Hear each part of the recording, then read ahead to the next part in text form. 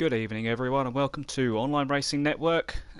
We're here for round 4 of the GT3 World Championship with the Project 4 Online Racing boys, and I must admit I'm quite excited for this one because I've not seen any testing. I've not seen who's on the pace, who's off the pace, etc, etc. So certainly excited to see exactly what's going to play out here for these drivers. There's a lot of talk about the Lamborghinis once again dominating the headlines apparently. So we will see exactly how this is going to play out. So we got let me just quickly check the championship standings here for you, just so we can just have an idea of exactly who to look out for. So we have Kyle Power in the lead of the championship at the moment, so that to everyone here will be Power Pog. So Power Pog's in the lead of the championship with 55 points in total, and we have drop rounds as well in this championship. So with the drop round he's got 41 points and he's 7 points clear of the next best in second place, and that's Robbo Baggins. Robbo Baggins is proven to be a fantastic rookie for this Project 4 Online Racing Championship we've got going on here. It's his first official championship, let's say, with us, which is a 3/4 of the year long, I think, this GT3 Championship. So it's good to see him on the pace straight away. He's only 7 points behind Power Pog there on 34 points, and in third place we've got Maverick. Maverick unfortunately had to miss the last race at Road America, so that will be classed as his drop round, but he's got a win to his name, which was at Brno. That was round 2. He's got a win and he got the fastest lap and he got pole position, so he got maximum points. He got 22 points there. No one else has done that yet. No one has got a full hat-trick of points, but Power Pog, yeah, Power Pog is the only driver to actually get a full house of podiums at the moment, so he's looking really strong. He's got a first, a third and a first to his name. So Spa round 4, he's definitely going to want to consolidate this 100% record he's got here for podium finishes. And Rich Haynes there in 4th place in the championship. He also missed Brno round, but he's looking strong. He's only 9 points behind, so second place is 7 points behind, third place 8 points behind, and 4th place is 9 points behind. So all to play for. These drivers are definitely going to want to try and make sure Power Pog doesn't win yet another race. But I've heard he's looking pretty strong around here. So let's go to some drivers. As we were talking about, Power Pog, he's on the track now. And these drivers have a rather long practice session, I believe, before their qualifying. I think the qualifying starts around about 9 o'clock, so this will be an hour-long practice session. I will take a small break in between this session before we start qualifying and before I start the 1 hour commentary on the race. Uninterrupted breaks. I am your commentator for tonight, Chris Daines, and leave some messages on the YouTube page if you want to. I'll have a look at them, see if I can answer any questions and so forth. So yeah, let's have a look down the field, see who else we've got out on track there. Pro Gav in this Ferrari. I'm a big fan of the Ferrari, I must admit. I race it on iRacing. I love the thing. I find it really nice. Good handling car personally. A lot of other drivers don't like it, but I like it. And it seems to be go quite well on this game too. So ProGav will need to get that car set up nicely. ProGav likes to have a nice few spins before qualifying starts, before he gets it all sorted and set up. And who else do we have here? We've got Maverick on track. Good to see Maverick back, actually. We missed him on the last race. The circuit's never the same without the London Maverick, so good to see him back in his horrible pink car there. Simon, Audi driver. Simon's done really well in the past few rounds. He's impressed me. Carrying the number 44 of Lewis Hamilton on his car. Bithjelman in the Mercedes here. Mercedes was a really strong car in the first Project Cars 1 game, but it just seems to be a little bit, I'm not going to say underpowered because it is a really strong car, but it doesn't seem to be as much power in this car as there was in Project Cars 1. This car was, you know, a decent 15 to 20 miles an hour faster than any other car at Le Mans last year. But they've seemed to have bumped the power back a little bit and made everything else a bit more even with this in terms of straight line speed. But it does still struggle, I think. Personally, I think this car is... Oof, that was close. as that was Tigger flying past there. But I was just saying, the Mercedes, I still think it does suffer a little bit on the mechanical grip side of things. And speaking of Tigger, he's sporting this lovely RUF Porsche here. Again, probably the second favourite car of mine. I do like this Porsche. Sounds nice, drives nice. And Valwood also in the Porsche. That's a good looking Porsche, that one, I like that. This one's the 24-hour Le Mans Porsche actually, so there's two different Porsches we've got here. We've got Tigger's regular GT3 Porsche and we have Valwood's 24-hour Porsche. Don't ask me what the difference is as he goes straight into the grass. I have no idea what the difference is between the two. Some say the 24-hour Porsche, or the 24-hour cars in general, have a larger fuel tank and less downforce due to the fact they're racing on the 24-hour Le Mans circuit. I don't know. It does seem like they both hold. I looked personally into this and they do hold, in this game, they hold the same amount of fuel as each other and have the same aerodynamic tweaks to it, so I'm not entirely sure. Maybe it's just the looks of the car, so I'm sure someone may correct me on that one. Who haven't we gone through? We went through Tigger, who's wow, through Eau Rouge. Does he hold it? That's I thought he was going to hold that. Wow, that was an impressive slide there. If he held that, that was pretty awesome stuff. So yeah, going through Eau Rouge is going to be very tricky for some of these drivers. Let's try and bring the track map up here. That was exciting, I like that.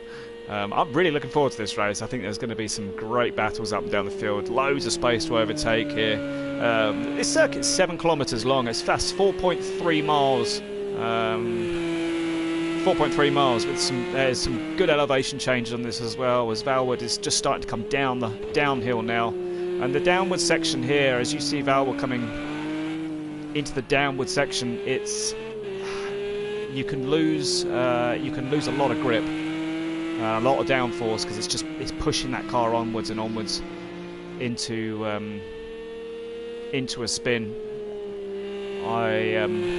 And I do believe there is another session. I think there's been a lobby problem with this, so I think people are quitting out and going to a new session. So if we go to a new session, I will join that session, but for now we'll just stay here until I get the idea that everyone's going to quit out. But it looks like everyone's probably going to quit out this session and then join this new session.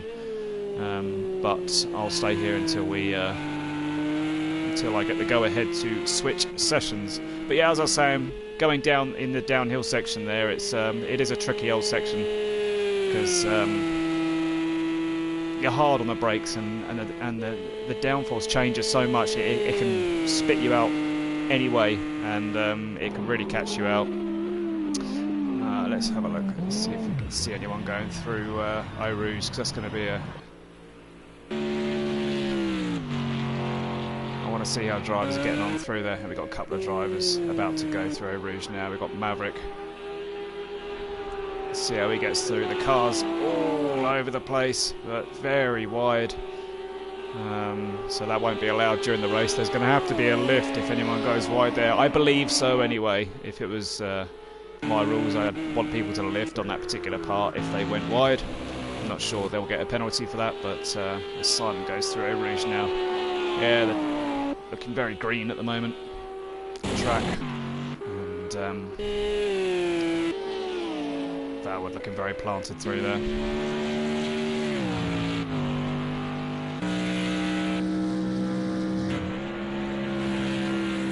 Slight lift there off the throttle, using the curves nicely. That does look quite planted actually.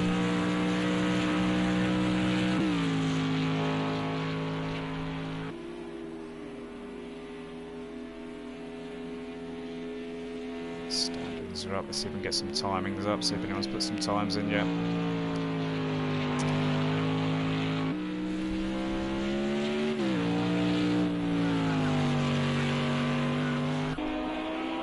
Okay, so we're looking at fuel loads, and Maverick's running fairly heavy fuel here with 50 kilograms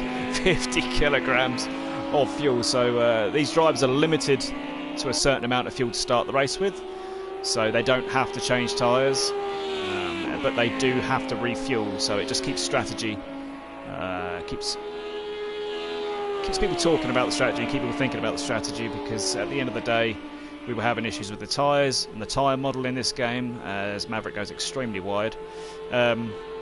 So we introduced a fueled pit stop. So limited fuel you can start on. I think most drivers can start around about 60 litres of fuel during the race. They have to refuel because 60 litres won't last them the whole race. So Robbie Kills, apparently. This is a new driver we've not seen before. He's in the Audi, so we'll call him Robbie. And there's a few people leaving the session now, so I'm guessing we're going to be joining a new session. Yeah, it looks like we've got a new session, so bear with me and we will join this new session as soon as possible.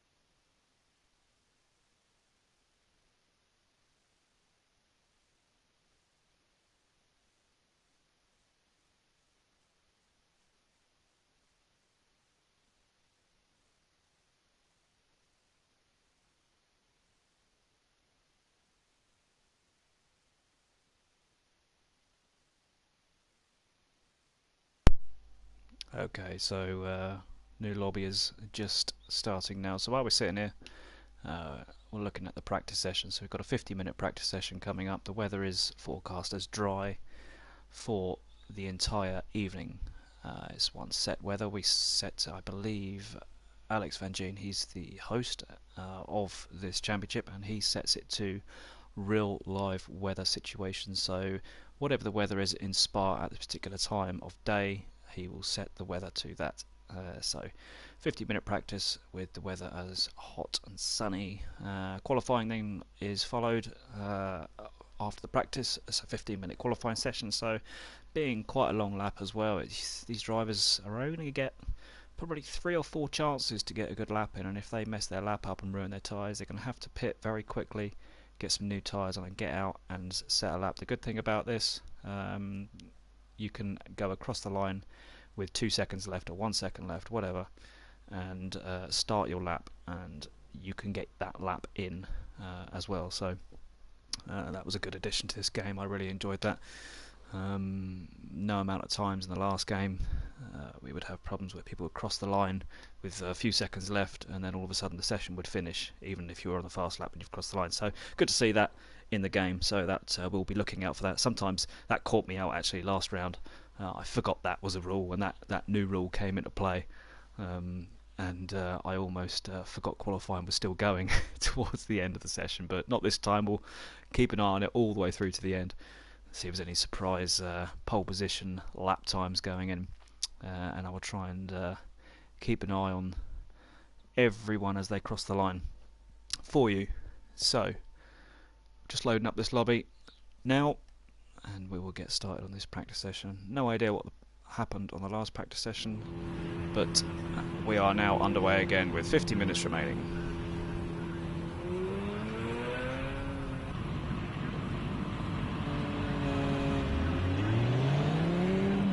Hammy Mansell is a name that I recognise. I've commentated on Mansell before in, I believe, is the GT League, and very impressive driver. So these guys want to watch out for Hammy Mansell as well, because I'm not sure that any of the, as I say that, he's in the wall, and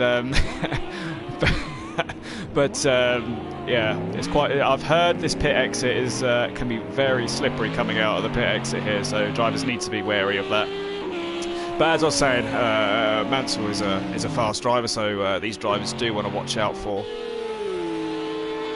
him. He can be a danger. As drivers preparing, warming tyres up, and so on.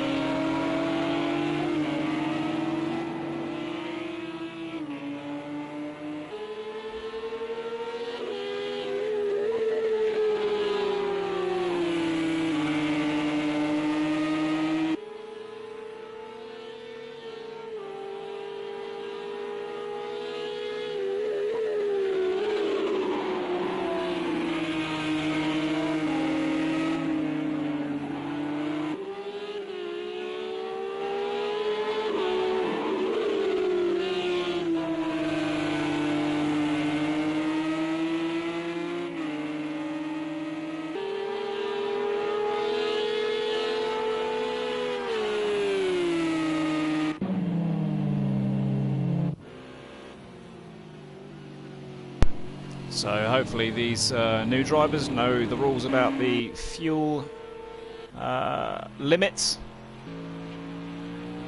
and hopefully there'll be no issues at the start of the race regarding to the fuel changes and how much they're allowed to start the race with, etc. 12 drivers are in the lobby at the moment. I think we've got a couple more turning up as we go through this practice session, so we should have a decent grid. Maximum of 16 drivers are allowed on the grid, so we've got four slots remaining. Van Gien is still in the pits. We have Maverick in the pit lane, Simon and Power Pog. As Pro Gav in his Ferrari warming his tyres up. We have someone just starting a lap now, Robbo Baggins, and there's someone going through turn 1, that is Vithyaman. So we'll keep an eye on these. So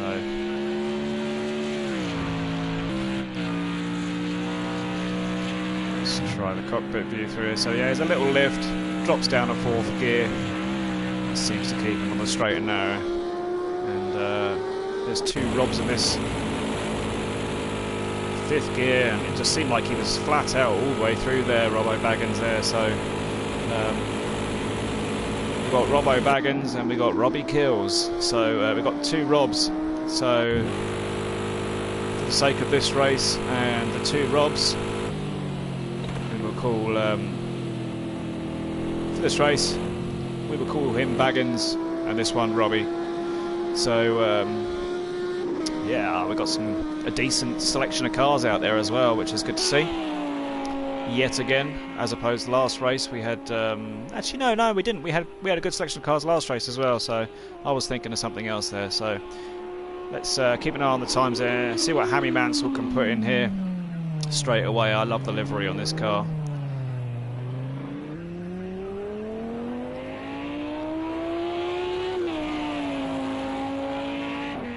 As he goes across the line, puts in a 2:31 there, so I think we've got a bit of a connection issue a little bit on Hammy Mansell there. That's probably why his car's looking a little bit strange going around the corners, as we have a red bar connection on my screen on the right hand side, so there is a little bit of a connection issue from Hammy Mansell there, hence why his car's looking a little bit juddery on the circuit from what I can see. Let's just see other drivers. Yeah, other drivers seem pretty smooth, cars turning in as normal. That's fine. So yeah, just double checking it's not my connection, but mine's fine, and that is good news. So we got 2:19 from Robbie. That's a good lap there from Robbie.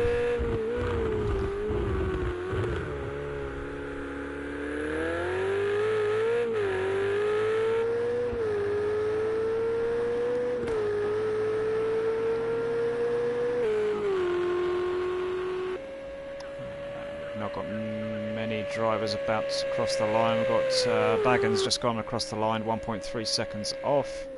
All these drivers, I should think they're going to be running quite heavy fuel loads at the moment. So Robbie's only running 11 litres in their Audi, so he's definitely trying out some quality pace there, as opposed to Baggins there. He's running full race fuel, so to be only 1.3 off on his first lap is not too bad at all. So Vithalman is also on a heavy fuel load there with a 226, and Hammy Mansell there running qualifying fuel with 14 litres, apologies there. So Tigger's just past the line, running full fuel. Power Pog is now on the circuit. One we need to look out for Power Pog here, so I believe he's just about to start his flying lap. So let's just keep an eye on Power Pog, see how he gets through the first sector of this circuit. We have Maverick and Whitehouse on the circuit as well. We'll quickly switch to them in a minute, but we'll just watch Power Pog go through Eau Rouge here.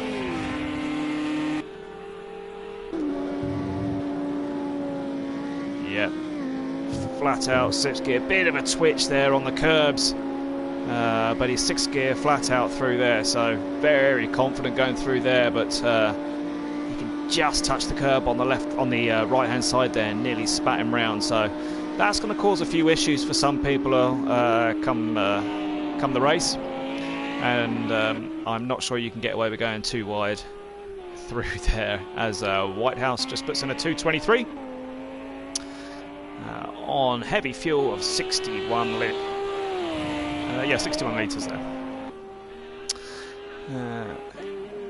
Varwood is out there. There's a bit of damage to the front end of his car and the side of his car there, so he's obviously been off and made contact with the barrier somewhere. Power Pog's still on his lap at the moment. Obviously he's just started it. Maverick is coming round, possibly to finish his lap. The split sectors and times on this don't seem to work very well at all in director's mode, so apologies if I don't bring any split sector times. We'll just keep an eye on Maverick, see what he can pop in. He's pushing really hard here, so I'm guessing this is going to be a flying lap from Maverick. This is one of the guys we want to watch out for in the Lamborghinis here, so this is a definite top 3 driver here, so I'll keep an eye on this as he goes. Yeah, look at that, wow, that's close. So we got a 219.640 for Robbie and a 219.641 for Maverick, so this is going to be a super close race, and I really hope it's that close during the race, because that's going to be that's crazy. That's almost a dead heat. So let's just flip back to Power Pog, as I believe he's about to finish his lap, which he is. So where's Power Pog going to fit in all this with a heavy fuel load also? Let's not forget Robbie's done that lap with low fuel in, so Power just putting a time on the board there of a 2:21, 1.5 seconds off at the moment, but we know he had a big twitch into Eau Rouge. So we've got Simon hasn't got a time on the board just yet, but that Mercedes needs to move, and it's really compromised Simon's lap there, so he won't be happy with that one. Simon running 22 litres of fuel on board at the moment, so he's looks like he's testing out his second stint of fuel. So let's see what fuels we are running. So we've got 5 litres on Robbie's car at the front at the moment. He's about to set another lap.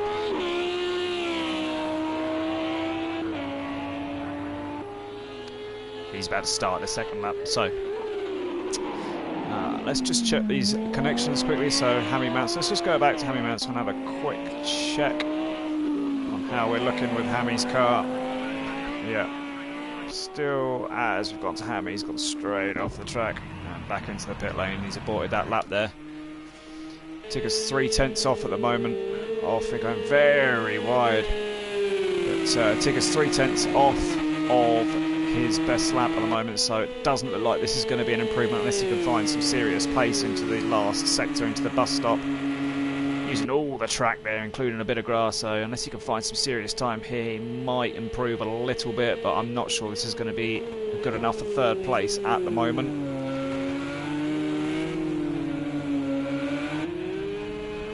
Still 40 minutes, just under 40 minutes left of this practice session, as he's 5/10 off of his best lap.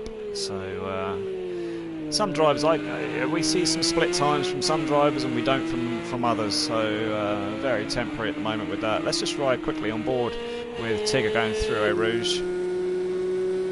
Let's see how he takes this in 5th gear. He's in 6th gear, dropped out to 5th, and he's still flat out, so it just takes the edge off them revs a bit. So yeah, that's very fast through there actually. That's the fastest I've seen through there, so 145 miles an hour through Eau Rouge there. Scary stuff. As Maverick comes around the last sector, so he's the next one to cross the line, so we'll just have a quick peek at Maverick and see how deep he goes into the brakes with into bus stop there. Bus stop's going to be very interesting. He's 1 point, you can see on his delta on the right hand side, just under the speed, he's 1.7 seconds off the pace at the moment, so this won't be an improvement for Maverick, but this is going to be a good overtaking opportunity into here. You've got to be very brave on the brakes there, and try to make it stick as well. Sometimes it's best to approach the bus stop. If someone defends on the inside, if you get on the outside of them for the first part of bus stop, you then have the inside line for the next part of bus stop, and you can overtake them around the outside. So it's that's a very cool move. Anyone can pull that one off, but also a very dangerous one because it's so narrow going through there. So who else can we look at? Welcome everyone to who's viewing this channel. We're viewing this at the moment. So we've got a decent amount of people watching at the moment. So welcome all. We are 37 minutes left of practice session, and then after this practice session we'll have 15 minutes of qualifying, and then we'll go straight into the 1 hour long race, where if you just joined us, these drivers have to make a mandatory pit stop. They all have to make one mandatory pit stop to refuel, and they don't have to take tyres on board if they don't want to, but they can if they want. But refueling is a must. They have to refuel in this race, so it'll be really interesting as Vithielma goes 7/10 faster, so he's definitely finding some pace, slowly but surely.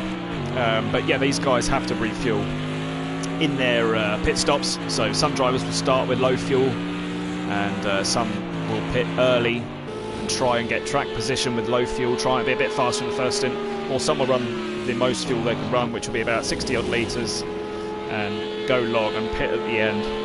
So we saw some really good pit strategies last round, as we see David Wales slowing down to let some cars past, sensibly so.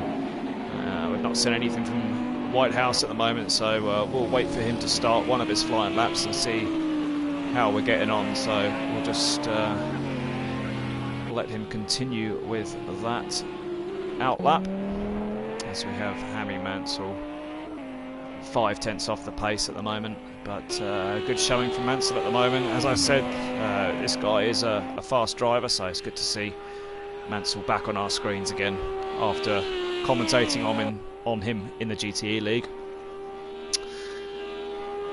So we'll just stay with Hammy at the moment and see if any split sectors come up into Sector 1, which is now... Yes, we got a split sector. That's brilliant. So we got he's 1/10 down at the moment, as Maverick's just on a fastest lap of a 2:18.8. So and that is with race fuel as well. So he's 0.8 of a second faster at the moment on a 2:18.8. So a great lap there from Maverick. And again, I've not seen any of these drivers practicing. Usually I'll jump in a practice session, an unofficial practice session with these guys, and I will look how they're getting on, and you know, sort of like 1 week, 2 weeks before race day, and I have sort of an idea of who's looking fast, who's not looking fast, but I've not had time to actually jump in any unofficial practice sessions at the moment, so I have no idea as he goes another 10th faster, so he's just going quicker and quicker.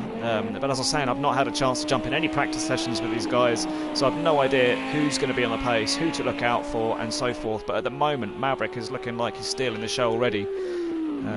He's already a 10th up on his previous fastest lap of a 2:18.8, so yeah, mega stuff there, as Powerpog's just come out the pit lane to try and improve on his 2:20.1.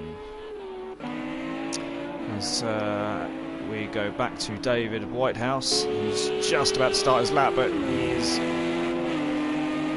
I was about to say come out in traffic, but that looked like Tigger. He's rightly lifted off there, using all the curb you could possibly use there, and only taken about 130 miles an hour through Eau Rouge, so he's lost quite a bit of time there by using all that curb, so he might abandon this lap. It just seems like, yeah, he's 4/10 down on his previous best lap of a 2:22. So, and someone that's Simon, who's just spun in front of him there in the Audi. That's also a very tricky corner actually. After Kemble Straight, that fast right-hander, which he's just recovering on now. If you're braking while turning and so much as clip that curb, it will send you round. On that particular part of that corner, just before that corner, you need to do all your braking in a straight line, and then lift off the brakes to sort of trail brake into that corner. If you're braking and turning at the same time, you're more than likely just going to spin out, as it looks like Simon's cooked his tyres now, so he's going to take a lap to get those tyres back into range. Maverick has just come into the pits, so he's obviously abandoned that lap. And Van Geen's in the pits, but he's done a very respectable 2:21 there for Alex Van Geen. Exactly 3 seconds off the pace, but I'm sure that will come down ever so slightly. Yeah, he's still 5/10 off the pace, so yeah, he lost all his time going through Eau Rouge, so Whitehouse is definitely going to be looking to improve through Eau Rouge. I mean, that's going to be the talking point, that will be the talking point of this entire race, as it is with most races we see at Spa here. 32 minutes left of this practice session.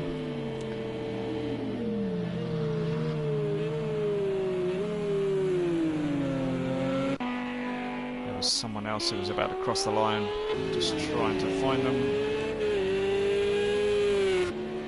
It was Vithyaman, he's just 1.6 seconds off his pace.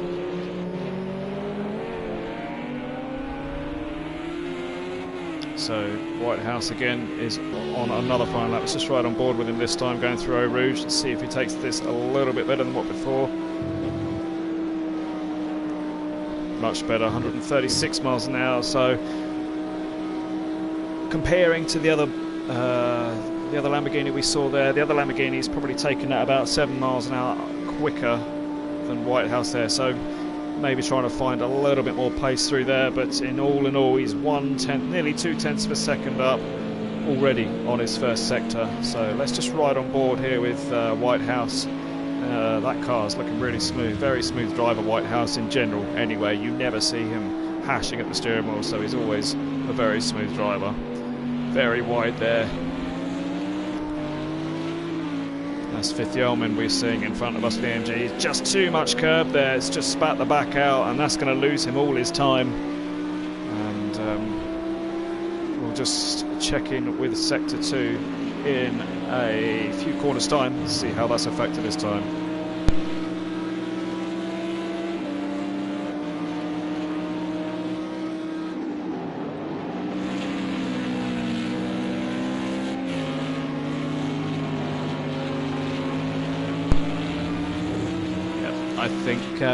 I think being behind the Mercedes while trying to do a hot lap is very off-putting. They've got someone right behind Whitehouse as well at the moment. Let's see who that is. That looks like Tigger. So Tigger will also be on a fast lap, as it looks like PowerPog has just gone a 2-minute 19.6, so only 8 tenths now, as what looks like an invisible wall would just hit there. I really hope that's not the case with this race. Let's hope there's not any invisible walls in this race, but that did look like that was something dodgy there. I know in the last game, if anyone got too close to that wall, it sent you into an invisible wall, so let's just hope that's not the case, but it did look very similar to that. So Whitehouse with a 2-minute 21.5 there. Tigger is just starting his fastest lap now, actually. So let's just have a look at the timings now. So we've got Maverick in first place currently, 2-minute 18.8. PowerPog 8 tenths per second back with 2:19.6. Another 2:19.6, extremely close, with Robbie there, and another Robbo in fourth place. So that's Baggins in fourth place. Wow, look, I've just noticed 8 tenths of a second separating second, third, fourth. I mean, from first place, so less than about half a tenth separating those three. So really close stuff. Fifth place, Hammy Mansell with a 2:20.1. Then Tigger in sixth place. He's going to want to improve on that. Tigger is definitely going to want to improve on sixth place. Pro Gav in that Ferrari done a sterling job so far with a 2-minute 21.1. Whitehouse in eighth place. Van Gien ninth. Fitzgerald 10th. Howard 11th. Simon in 12th. So as Tigger finds out how strong those tyres are, and it seems pretty strong.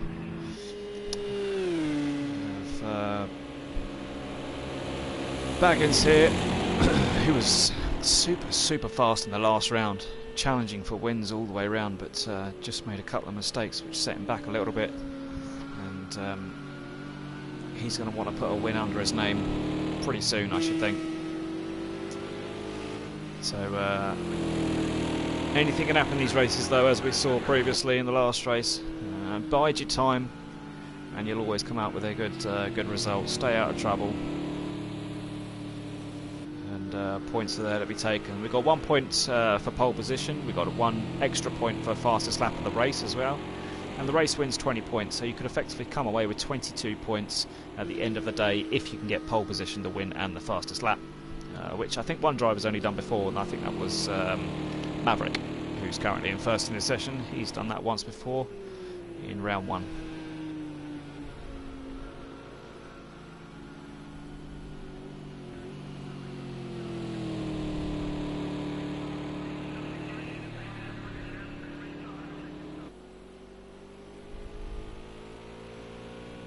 So, from what I can see at the moment, we've got Maverick, like I say, he's 8 tenths ahead at the moment, so he's really fast at the moment. We've got a second group of drivers which are going to be extremely close. That's PowerPog, Robbie and Robbo Baggins as well, who are extremely close. We've got a second group of drivers which are going to be extremely fast and close together. That's Hammy Mansell, Tigger and Whitehouse. And then we've got Prograv, Alex Van Gien, Vithjalman in that third group. So we're going to have battles all up and down the circuit during the race, so it's going to be an interesting one to watch for sure. And I'm trying to find the ghosted car of PowerPog, and there he is. So let's hope that sorts itself out for the qualifying. At least we can ride on board without any ghost, but we can ride on board with PowerPog. And he's 2.7 down, so I believe he's just on his outlap at the moment. Again, running maximum fuel loads here. On his dash it says 33 litres, but that isn't the case. It is 54 litres from what I see on my screen. As he is about to start his flying lap now.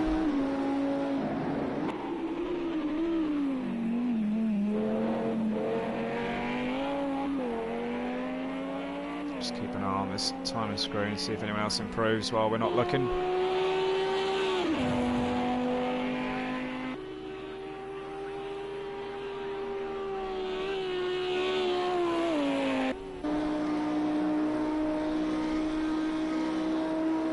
everyone out on track at the moment now then, so let's just go to the track side of Robbie Kills and see how he gets on. He's now running maximum fuel, so this will be interesting to see what sort of lap times Robbie can do with maximum fuel, because we know he'd done that 2 minute 19.6 on low fuel loads.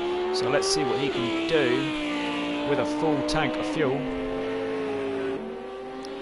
He's done a 3 minute 14, so this is his that was his outlap. So he's going to start his full race pace lap now. So as that Ferrari, sound of that Ferrari is lovely just behind him. Let's ride on board of Robbie through here quickly before he goes through Eau Rouge. Yeah, everyone's catching that curb on the right hand side, and it's almost sending them off. So no one wanting to lift off at all through there. Everyone wants to be flat out. So let's just see what his first split sector is going to be. If it shows up, 3/10 down on his qualifying pace so far, but that's probably due to Eau Rouge once again.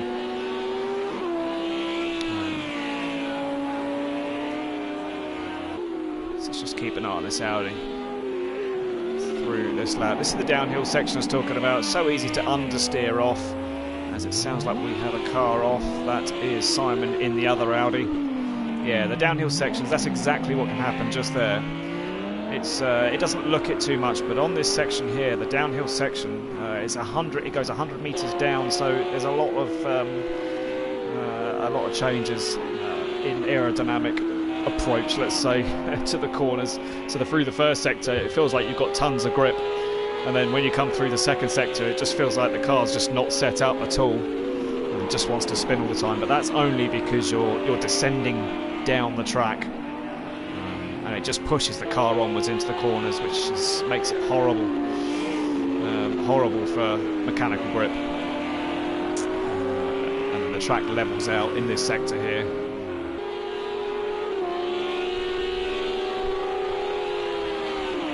So I think Robbie Kills is going to abandon that lap anyway, as Mansell comes through Eau Rouge. Looking very smooth through Eau Rouge there, even though I think we're struggling a little bit on connections still, possibly, as we've got another fastest lap from Maverick there. The 2:18.6 has just popped up on our screen there on the bottom right hand side.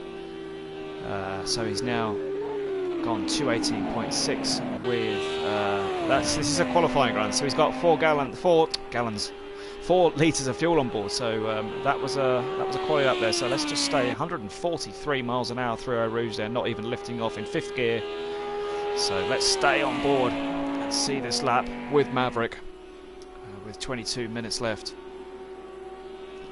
I looked fast. This is going to be up as well, I think. 0.5 of a second up in the first sector alone. Wow. So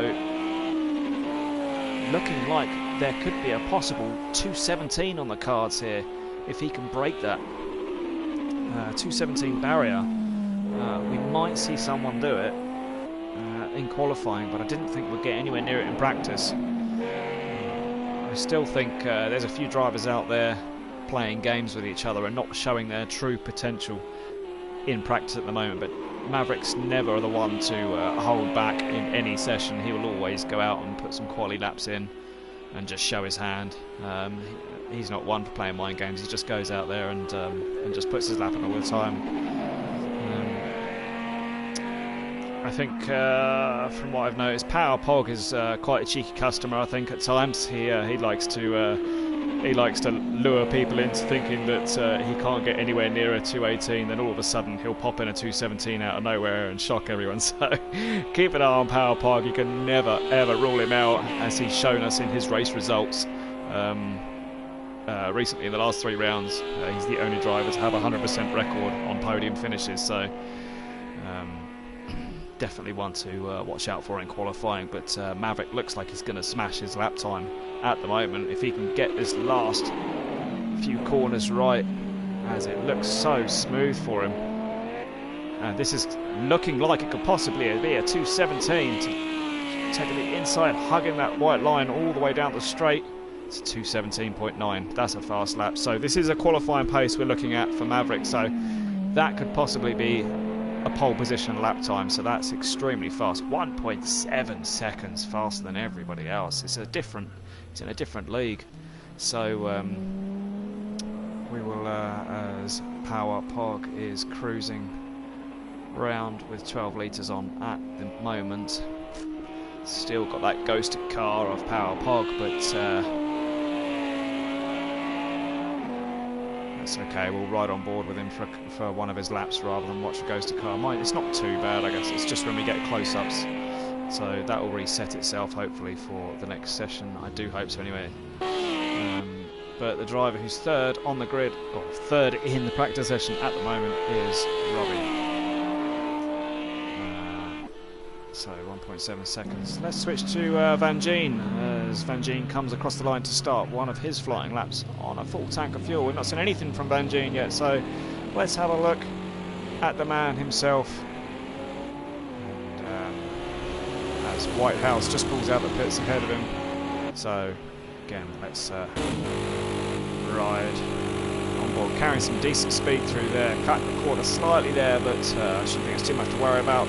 Two wheels are still on the curb on the right hand side, but taking 140 miles an hour, so he's got that set up nicely through Eau Rouge and got some good top speed here as well from that Ginetta. So the Ginetta was another car last year which was not picked by anyone because it was just not fast enough for any GT3s. It just wasn't quick.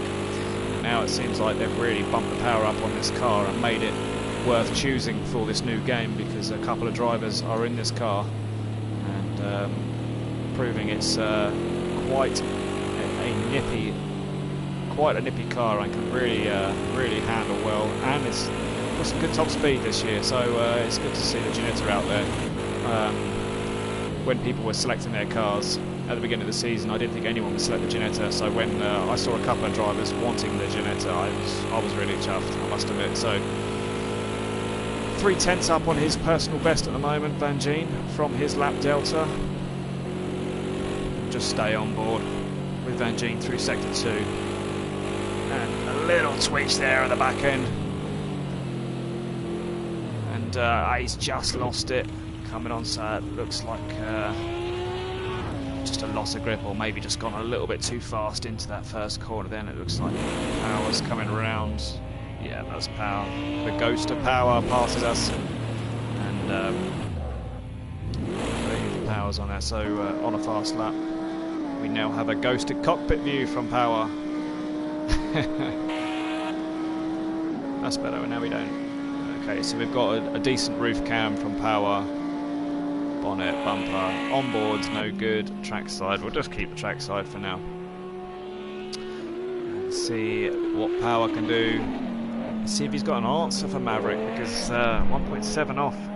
It's looking a bit more twitchy through there from Maverick, but he's on qualifying fuel here, and he betters his lap, but only slightly, less than a tenth. So 2:19. So Power's definitely going to.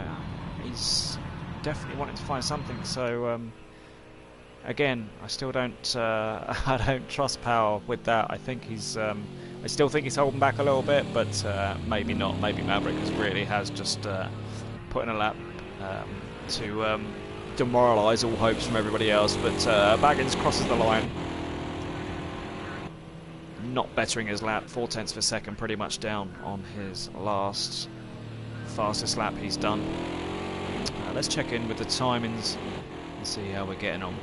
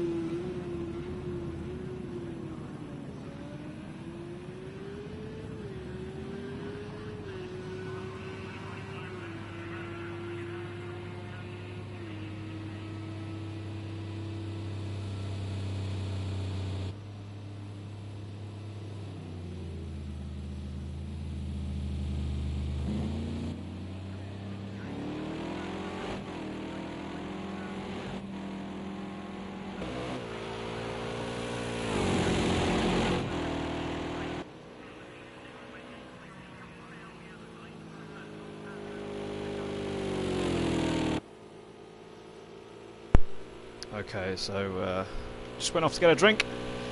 13 minutes remaining in the session, and Baggins is displays power pog at the moment. So Baggins looks like he's popped himself into second place there, 1.4 seconds off, and no other noticeable changes I can see. Let's go to a couple of drivers I've not seen much of. Gene is on another fast lap, 0.4 of a second down at this particular moment in time. Someone sounds like it was spun in front of us. And that was Power Pog.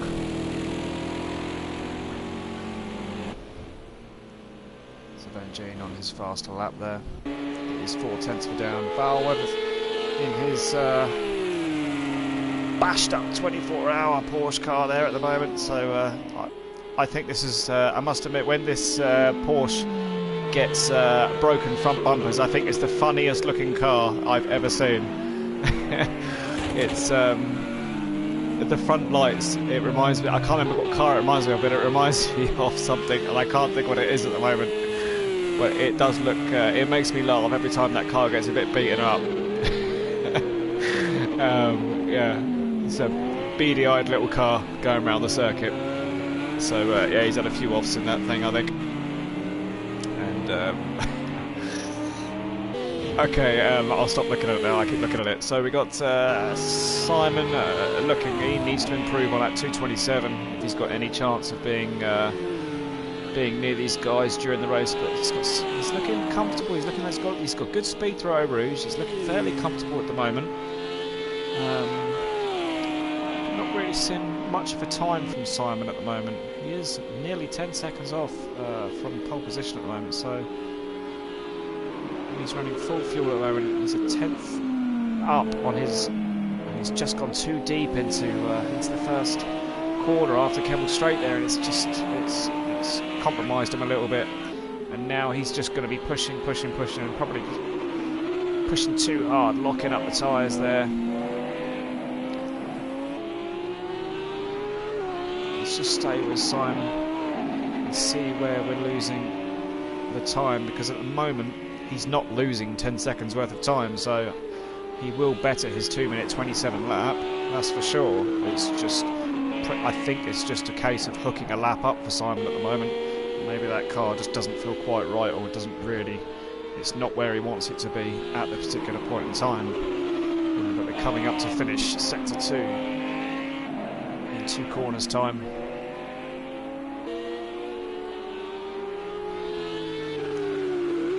We'll get a split time hopefully now, using a lot of curb there on the right hand side. So yeah, he's 1.7 seconds up on his pace, and hopefully he'll find a lot more time through bus stop.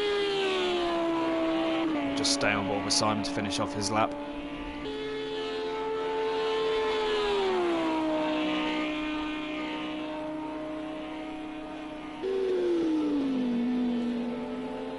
Plenty of curb and plenty of asphalt grass there.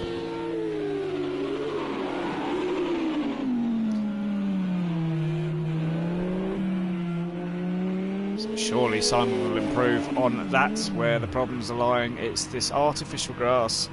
That's a shame. He was going to be on for a 223 there, but that's where the problems are lying. This artificial grass is going to catch a lot of people out at the moment. We've got Maverick, who's now just in front of Whitehouse on the back stretch, finishing sector 1, 1.7 seconds down. So it looks like he's just on his out lap. Let's just quickly switch to Whitehouse.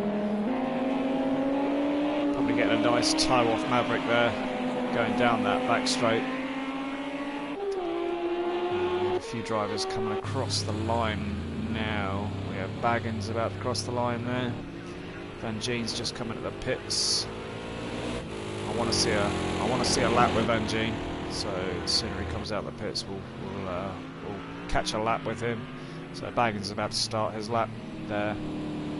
I think one thing they could probably add into this director mode is actually showing me who's on their fast lap and who's on their out lap, because it's very difficult to see at times. As Powerpod does actually look, he looks like he's struggling a bit. I must admit, I've not seen. I know he's had. He said today he's had an extremely long, stressful day at work today. Not the best preparation for him, he said, coming into this race, but maybe that's playing a part. with power at the moment, so maybe he's just come straight in from work, jumped straight on, and just needs time to settle down. Maybe take 5 minutes before qualifying just to chill out in the pit lane. There's a massive contact there from Baggins. I'm not sure what was going on there. It looked like Vettelman slowed down on the racing line just a bit too much there and just caught Baggins out. And he's just slammed him to the side of him. Luckily it's just practice and it ain't the race, because that happens during the race. As Hemi Mansell now has gone second. So I missed that. That was previous lap as well. So Mansell is now on his next lap. That car's still looking a bit dodgy through connection, but that's okay. Hopefully it won't play a part in the race with a connection issue. He's hugging this inside here, so maybe this is going to be a faster lap from Mansell, which is not. And this is a qualifying run for him, so he's doing a 2:19.3 at the moment in that Lamborghini. So we have Lamborghini first, second and fourth, with Baggins in that Ginetta, who has split those. Tigger's coming into the pit lane, so just testing out the pit lane as well. Some of these drivers forget to actually test out the pit lane coming in, because it is harder coming into the pits than it is leaving the pits, I think, at times. So here's Van Gien now, so we've got 6 minutes left. I wanted to see Van Gien do a lap, so he's on his out lap now. I will switch back to Van Gien before he starts his lap, so I will just have a look to see if anyone else is. Someone about to cross the line, and that's Simon, so Simon's desperate to get another decent lap in. That car is looking all over the place at the moment. So something doesn't seem quite right with that car.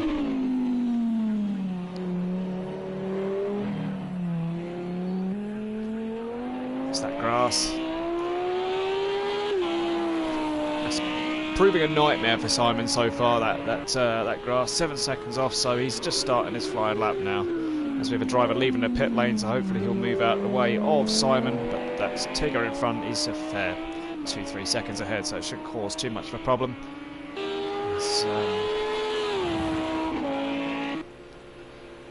Van Gien is coming through the bus stop now with his qualifying fuel on board, and we will see what Van Gien can do.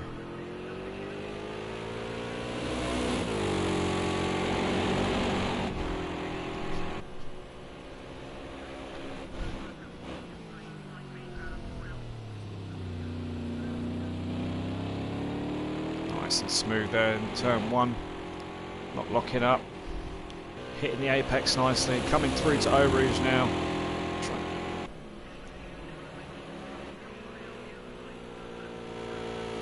That was very smooth, very nice through Eau Rouge, very, very smooth. So he's got good confidence through Eau Rouge there. The car sticks to the track nicely through there, decent speed, and also hitting 155 miles an hour at the end of that straight there. 2/10 down on his best lap at the moment.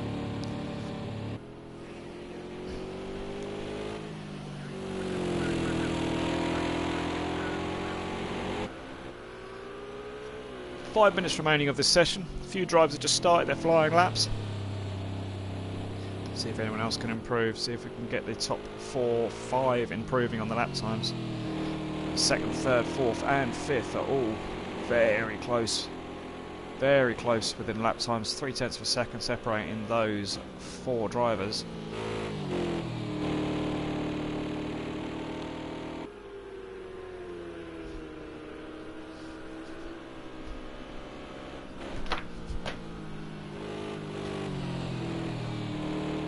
Looks really smooth for Van Gien here.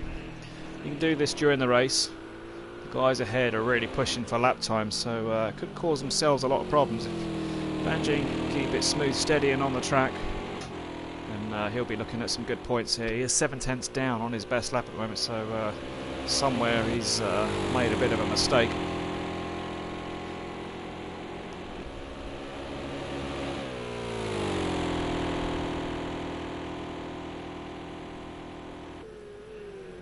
It's fast through there though, nearly 150 miles an hour through there. Sounds like there's a Ferrari just about to start his lap. I'm guessing that's Pro Gav.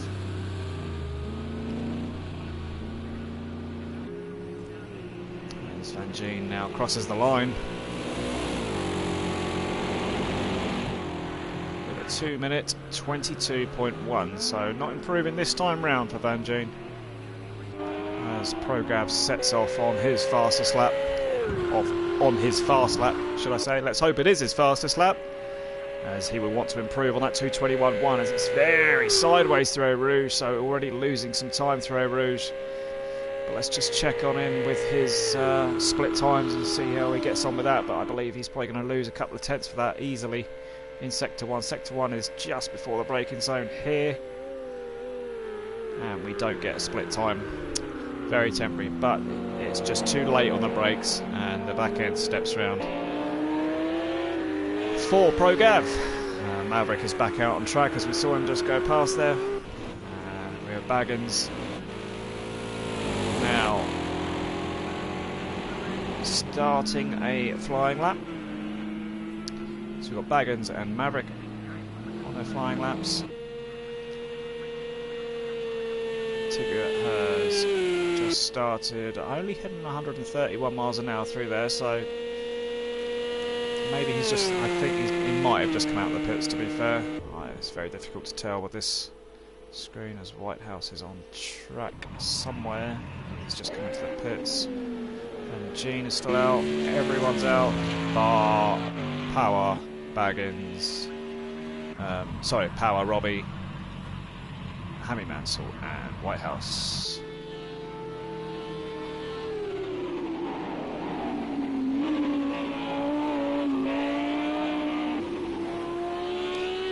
One and a half minutes left of this session, and then we will go into qualifying, where we hope someone can get close to Maverick, because at the moment those times are looking rather one-sided towards Maverick's side. And if that's the case, then within a few laps he will break that toe.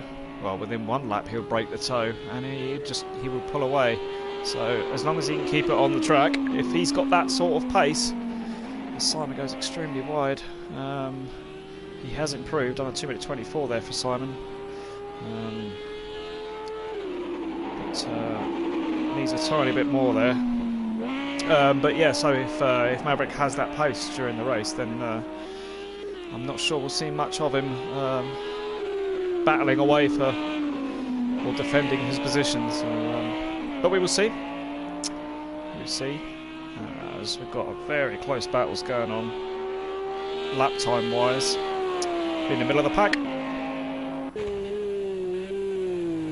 Everyone's starting to pit now. We've got 20 seconds left. Tigger's about to finish off his flying lap, or possibly start his flying lap actually. I wasn't sure if he was on one.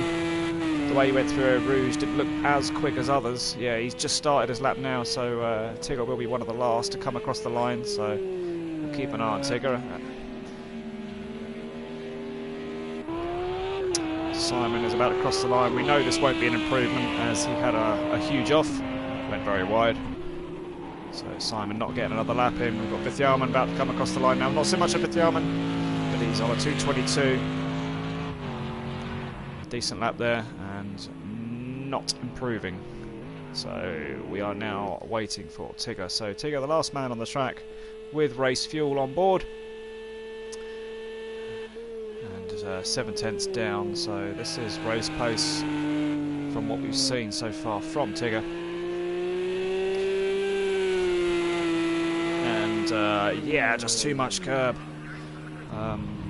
Those curbs can be very problematic for some drivers, but some drivers can use a lot of curbs and some can't. But there we go. So it looks like everyone is in the pits apart from Vithyaman, who's still out there exploring, taking in the scenery, and why not? So times, I will run through the timings. So we have Maverick after that practice session, 2 minutes 17.9, so rather scary lap time there from Maverick, as he's nearly 1.5 seconds faster than Hammy Mansell in second place, 2:19.346, and Robbo Baggins with a 2:19.379, 1.4 seconds behind pole again.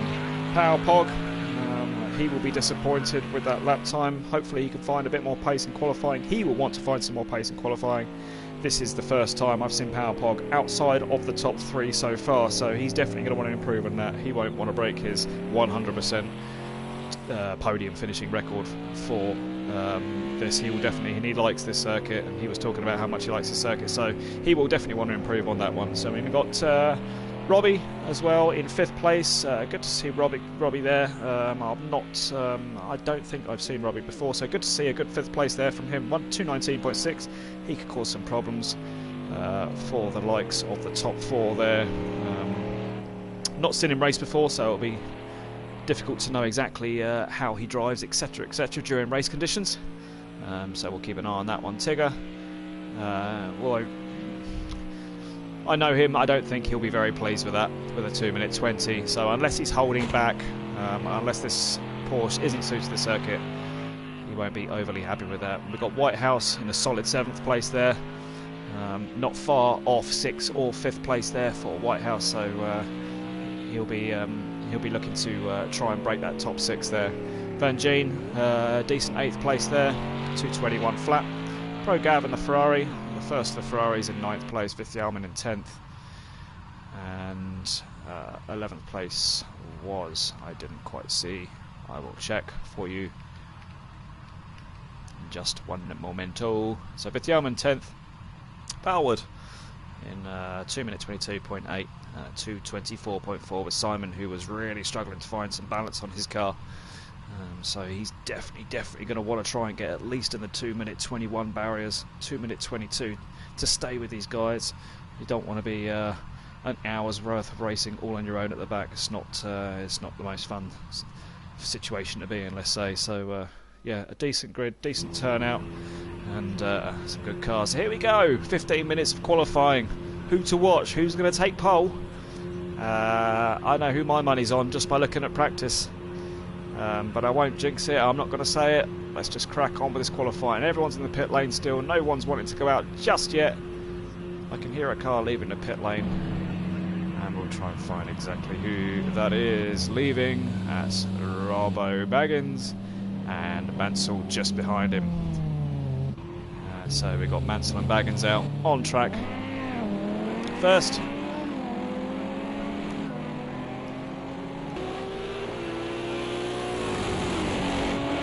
Let's just check in on power. Yeah, his car's reset back to normal, so that's good to see. So we've got a decent non-ghosting car of power.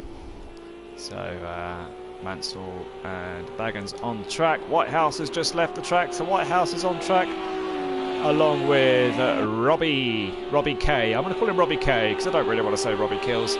Robbie K. So Robbie K is on the grid, on the track, and they're all going to be warming their tyres up, warming their brakes up, ready for one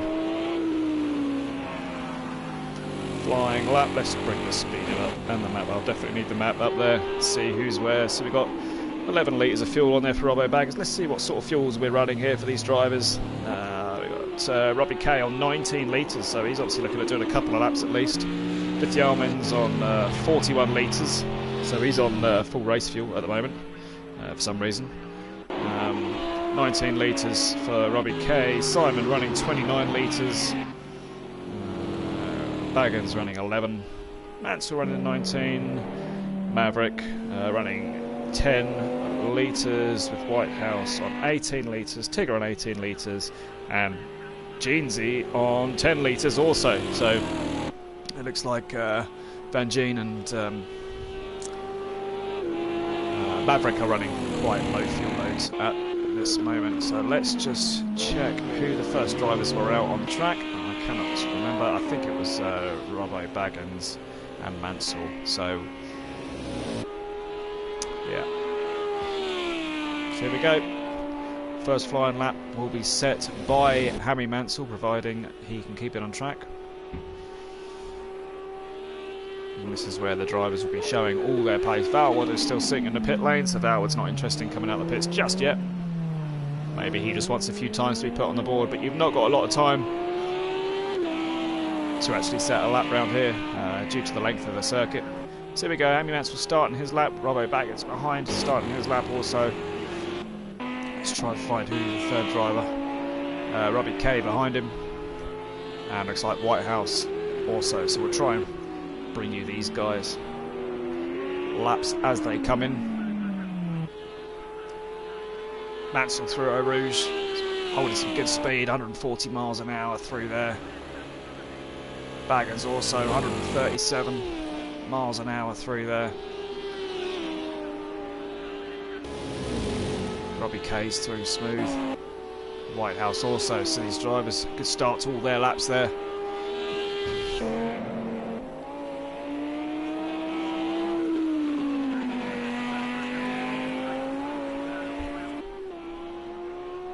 Mansell looks very smooth. Baggins looks like he's dropped back a bit, so I think Baggins has made a mistake somewhere, because he was on the back of Mansell, so it looks like Baggins may not have a very good lap time this time round.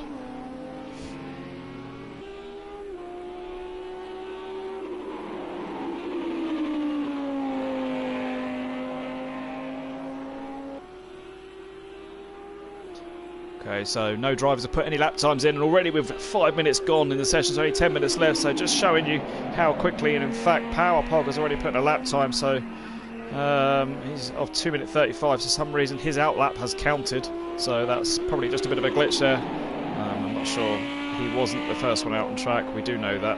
Hammy and Rob were the first ones out on track, so his outlap has counted somehow. But never mind. So yeah, 10 minutes remain. It's 5 minutes gone, and already not one driver has put a lap on a board. That's how long it takes to get round and do a lap. So you need 5 minutes to get out and get a lap in. As long as you get, like I said before, as long as you get a lap in time before the timer goes, you should be fine. As he's just ruined his lap through bus stop. That's a shame. He was gone for a lap there, decent lap there. So he's ruined his lap, and.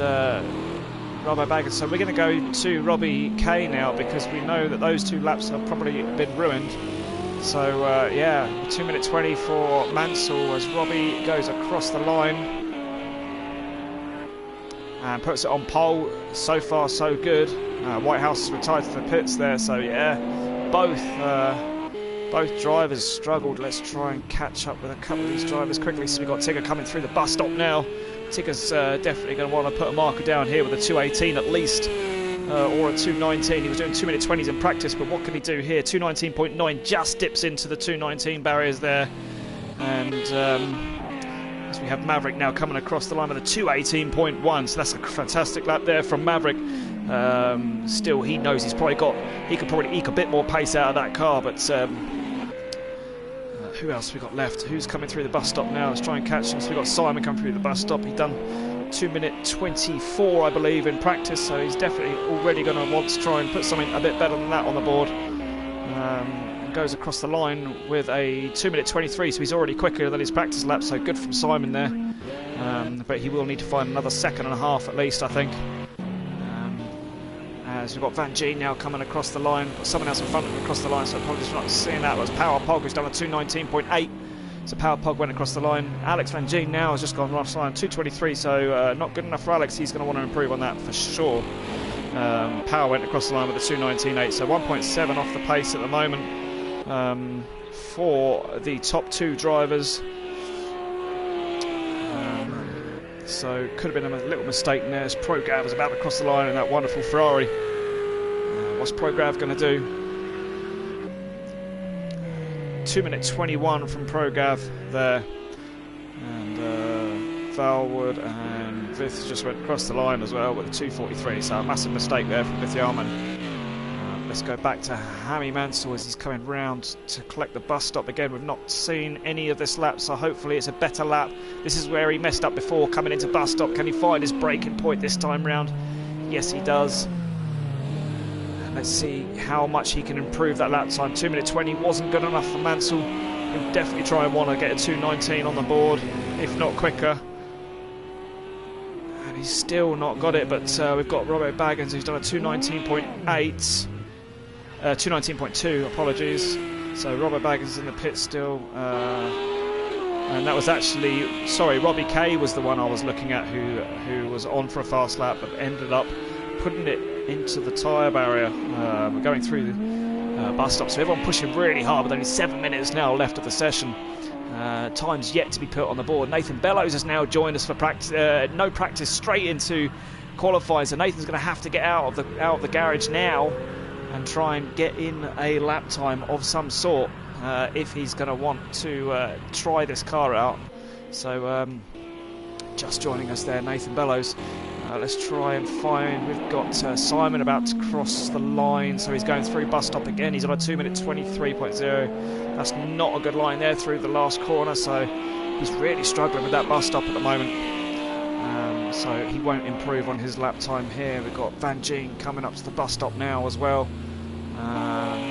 Power now coming across the line, so just caught up with Power here, and he's improved. Wow, he's improved his lap time there, so he's only 5/10 off of Maverick now, so a 2:18.6. That's much better from Power. That's what we want to see. So he's getting ever closer now to Maverick.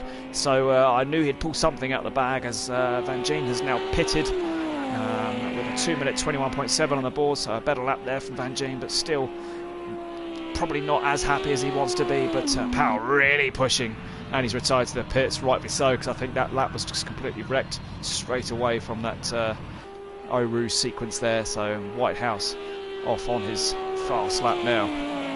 There's a very fast through there, actually much better from Whitehouse there, 140 miles an hour top speed through Eau Rouge. We have a couple of cars coming through now, trying to see which one was in front of him. We couldn't catch him quick enough. We've got Vithyamen improving on his lap time there. 2:35. Definitely want to be faster than that at the moment from Vithyamen. Robbie K is in 4th. Baggins is on his outlap. And Power's he's just come out on his outlap as well, Power. So Maverick is in the pits, trying to find some more drivers. Apologies for the camera switching so quickly. I desperately want to try and get one of these drivers coming across the line. It's Vowell coming across the line here, so he's not even set a lap time yet, so he's going to want to set some sort of a lap time. So 2-minute 24 from Vowwood, and Tigger is just starting his flying lap now, so Tigger's going to want to try and break that top 3 barrier. He needs to find 7/10 of a second if he wants to try and get 3rd place at this point in time here now. So we've got under 5 minutes remaining. Probably get 2 more laps in from these drivers. If you can cross the line now, you can probably get a couple more laps in. And we'll keep an eye on Maverick as well. He's just left the pit lane. And Baggins looks like he's about to start. Yeah, he's starting his flying lap now.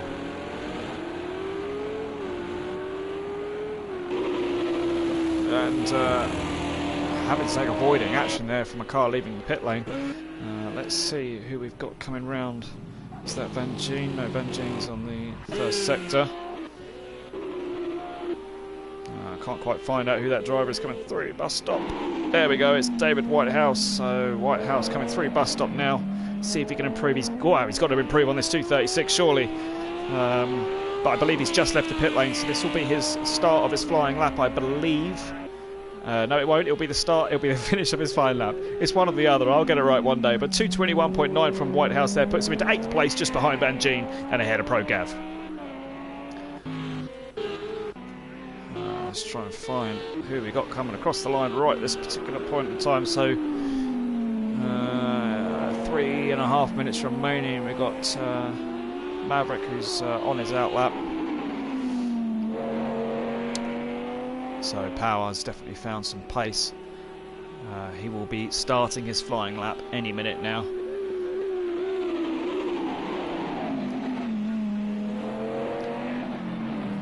So Power on his way to start what could be a pole position lap for him. As we have Vithyamen coming across the line once again, trying to better a 2-minute 35. He has to better this lap time. Surely now, not quite. So struggling for pace. Alex just crossed the line there, so I believe he's starting another flying lap here. So Van Gien is about to start his, what I would probably see is, it could possibly be his final lap. Van Gien can get 2 more laps in here, so if he pushes this hard, he can get 2 more laps in. But if you retire to the pit lane now, you're not going to get another lap in, so it's now or never really. As Tigger has gone into 3rd place, so Tigger, that's exactly what I said he wanted, so he's going to be happy with that. 3rd place, if he can hang in there with 3rd place, he'll be pleased with that. So Tigger into 3rd at the moment, and Baggins can't improve on his lap time So Baggins not improving on that, so he's got one more chance to try and get into the top 3 now, as Mansell is really struggling to get a clean lap in at the moment, so he's got more pace in this, we know.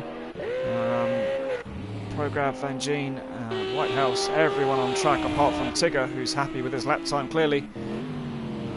And Nathan Bellows, watch out for him, see what he can do. We've not seen anything from Bellows at the moment. And Power is halfway through his lap now. Maverick just started his lap. He's got so much speed through there. He's taken 142 miles an hour through Oru, so he's got some great pace through there.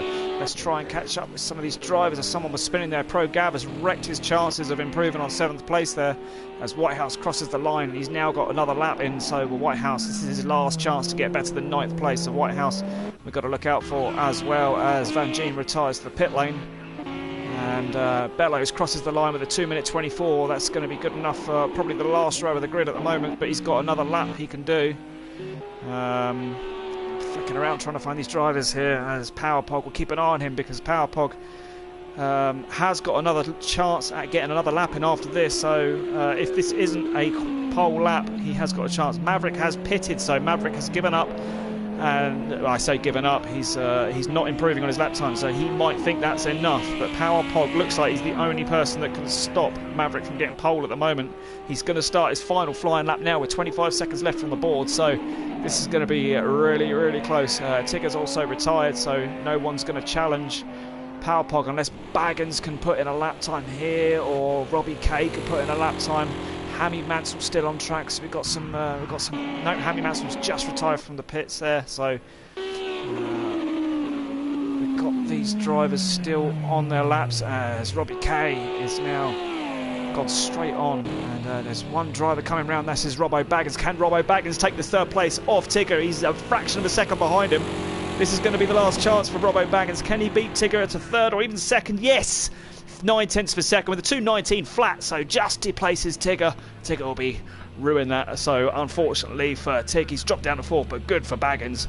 Good 3rd place there, so Power unfortunately looks like he's retired to the pit lane, so that is that for Baggins. We've got David Whitehouse, who's now 9/10 of a second up on his best lap time, so this could leapfrog him. If he can find a couple more tenths, he could leapfrog him to 7th place if he can get this right. But at the moment it looks like Van Gien could be displaced down to 9th if Whitehouse can get this final sector without mistake. Still have Vithjelmen on track as well, but Whitehouse needs to get this right as he goes a little bit deep, loses the back end, as that lost him 9/10 of a second. He only needs 2 tenths to beat Van Gien to get 8th place. Does he get the 8th place he wants? Yes, he just about gets it, even with that slight mistake. Gets that lap time and gets the position off him, but that was close all round. We've got Vithjelmen still on track there, so Vithjelmen is 17 seconds back, so 2:35 he's got there, so and he's just binned it there. So yeah, that's the end of qualifying there. So split times I forgot to have on for that one, but never mind, we didn't need them in the end. There's a split time, 1.9 seconds up even with the spin. So Maverick gets pole position by 5/10 of a second, nowhere near what I thought he would have it by. I thought it would be seconds, but Maverick does finish the job well with a 2:18.1 there in his Lamborghini. So Lamborghini first, Lamborghini second, so Power will be much pleased. He'll be better with that. He'll be better with the 5/10 of a second he's off Maverick in that slipstream during the race. We know Power's a fantastic racer and a good overtaker, so he'll be wanting to hang on to the back of Maverick for the race. So 2nd place for Power Pog, and then we've got Robbo Baggins in 3rd, 9/10 of a second down in that Ginetta. Considering this circuit's so long and fast, that Ginetta's done extremely well to get anywhere near the top 3, so good result there. So Ginetta in 3rd place, and good to see Tigger just getting displaced at the end there. That was quite exciting to see. So 4th place for Tigger. Robbie Kills is in 5th with Hammy Mansell 6th. Could have done better for Mansell, I should think. He's not going to be enjoying that. 6th place. Pro Gav 7th. Whitehouse in 8th place. Van Gien 9th. Simon 10th. Valwood 11th. Nathan Bellows 12th, who just joined us with Vithjelmen 17 seconds back in 13th place with a 2:35.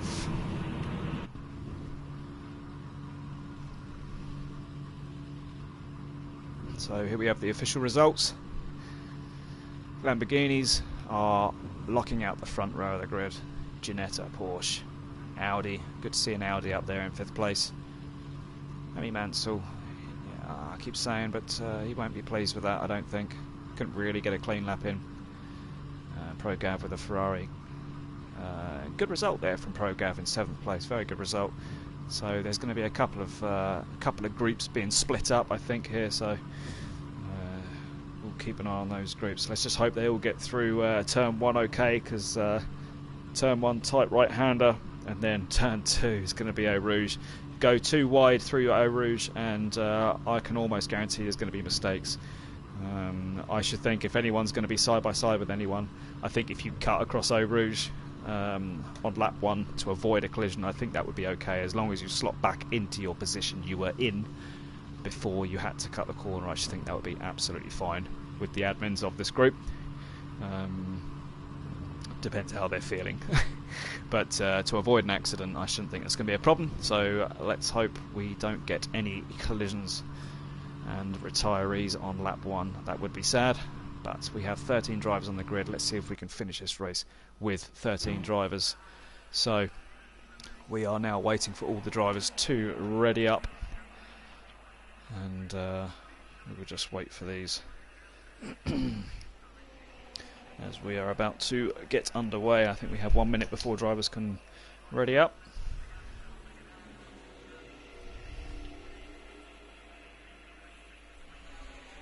Checking all fuel loads at the moment. All drivers seem to be starting with the correct amount of fuel on board, which is great to see.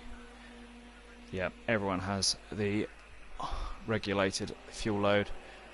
We have one driver which is running quite 45 litres. We've got ProGav on 45 litres, so the Ferrari there, he'll be running a little bit less fuel than everybody else, but everyone else starting on quite a lot of fuel here, so we'll be making a lot of pit stops, I should think, all at the same time, so that should be really exciting there.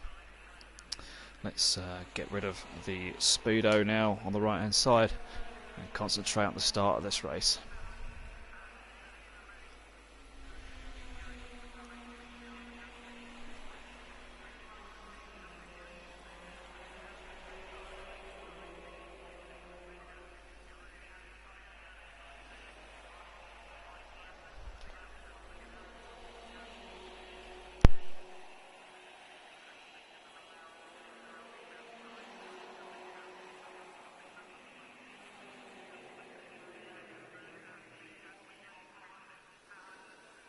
So we have 20 seconds before drivers have to ready up, otherwise they don't make the grid, and here we go. So drivers are ready to make their way to start round 4 at the Spa Grand Prix here. Lights are red, green lights, here we go. It's a terrible start from Maverick there. We've got PowerPog who's about to take the lead. He's taken the lead already, so can he get the cutback? Can he just close the door on Maverick? Maverick's still got the inside though, touch the curb, but Robbo Baggins round the outside. He's going to go wide in that Ginetta, but everyone seems to be making it through okay. We've got a little bit of a spinner, but look at this, 3 wide going down to Eau Rouge. Surely not. I was talking about 2 wide being dangerous, but it looks like it's 3 wide. The 2 Lamborghinis touch, and Power is not giving up that place with ease, and what driving that was. Everyone has got through safely. Wow. And here we go. So we've got PowerPog in first place, Maverick second. Look at this, Robbo Baggins, Tigger, Robbie Kills, all battling for this. Hammy Mansell's there as well. And this is going to end in someone not having a happy bunny ears. We've got Hammy Mansell down the inside of Tigger. So that's a great move from 6 to 4 from Hammy Mansell. As we got Danny Henry, we got a Maverick. Maverick is straight off into the barriers. I'm not overly sure what happened there, but he's gone straight into the barriers. He's now down to 6th place. And he's certainly going to be nursing some damage there, as we've got Whitehouse in the background, who's been lost out big time there. So I'm not sure what's happened to Whitehouse, but that was an interesting start. Alex Van Gien is in 7th place as ProGav is going for the move. Up front we've got Tigger going down the inside, trying to go down the inside of Baggins there, and wow, that was an eventful start of the race, but Maverick lost out. Of all the drivers there, lost out big time, and he's definitely going to have some damage, I think, from that. As we have Robbo Baggins. Baggins has gone off.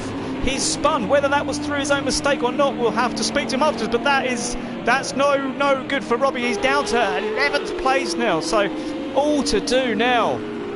And what a start. And what did we say? You keep it on track and you'll be fine. Hammy Mansell has made it up to 2nd place. So what a start from Mansell. Up to 2nd place from 6 on the grid. And Pro Gav also doing a fantastic job as the car's behind him. He's up to 5th place from 8th on the grid. And these guys, Van Gien is now doing a sterling job as well in 6th place, holding up these drivers. Everyone going extremely wide. Nathan Bellows is up to 7th place from 12th on the grid. And he's going down the inside of Alex Van Gien into the bus stop. That's a great move. And all the backfire. It sounds like there's a lot of contact going on, but there's not. It's just backfire as we have Maverick pitting now. So he's going to be pitting, trying to repair that damage that he's got. So really, that's not the best start from him. But look at this. Great battling at the moment for this 7th, 8th, 9th, 10th and 11th place. And Nathan Bellows, what a start from him as well, from the back of the grid all the way up to 6 on lap 1. And that's absolutely brilliant driving there from Bellows, keeping out of trouble, picking people off. Pro Gav up to 5th place. Robbie K, I think, is held there from 4th. Tigger up to 3rd. And there's a lot of weaving going on. That's not allowed in the rulebook there. You're not allowed to weave, unfortunately, Mansell. So just be wary of that one. We're not allowed to do that in this. So Mansell trying to weave there. As power, as we had someone going off. That was Robbie K. Robbie K's gone straight off, and he's going to have to wait for the rest of the pack now to go past. I can't quite see where he is because the camera sort himself out, but he's lost it there, and he'll be really annoyed with that one. He was up to a 4th place, or he held 4th place at least. Maverick's still in the pit lane. Still in the pit lane, so all that damage is going to need to be repaired, as Simon has got some damage as well, some massive damage. So I'm not sure what happened to Simon, possibly through Eau Rouge. Judging where he is on the circuit, something's happened, and it's a shame we've got a battle here with Pro Gav. Pro Gav is now, and no, everyone seems to be losing it. Don't pull Alf into the live circuit though, as he's correcting himself round. Oh, that's such a shame. Pro Gav was doing so well, and he's down to 8th place now. We've got a good battle here between Mansell and Tigger. These two know each other well, as Tigger is very close on track. This is the closest battle we have on track at the moment. They're separated by 0.3 of a second. Tigger surely will be looking at trying to make a move through bus stop. He's not quite close enough yet. Hard on the brakes there. Mansell going very deep. Mansell deep.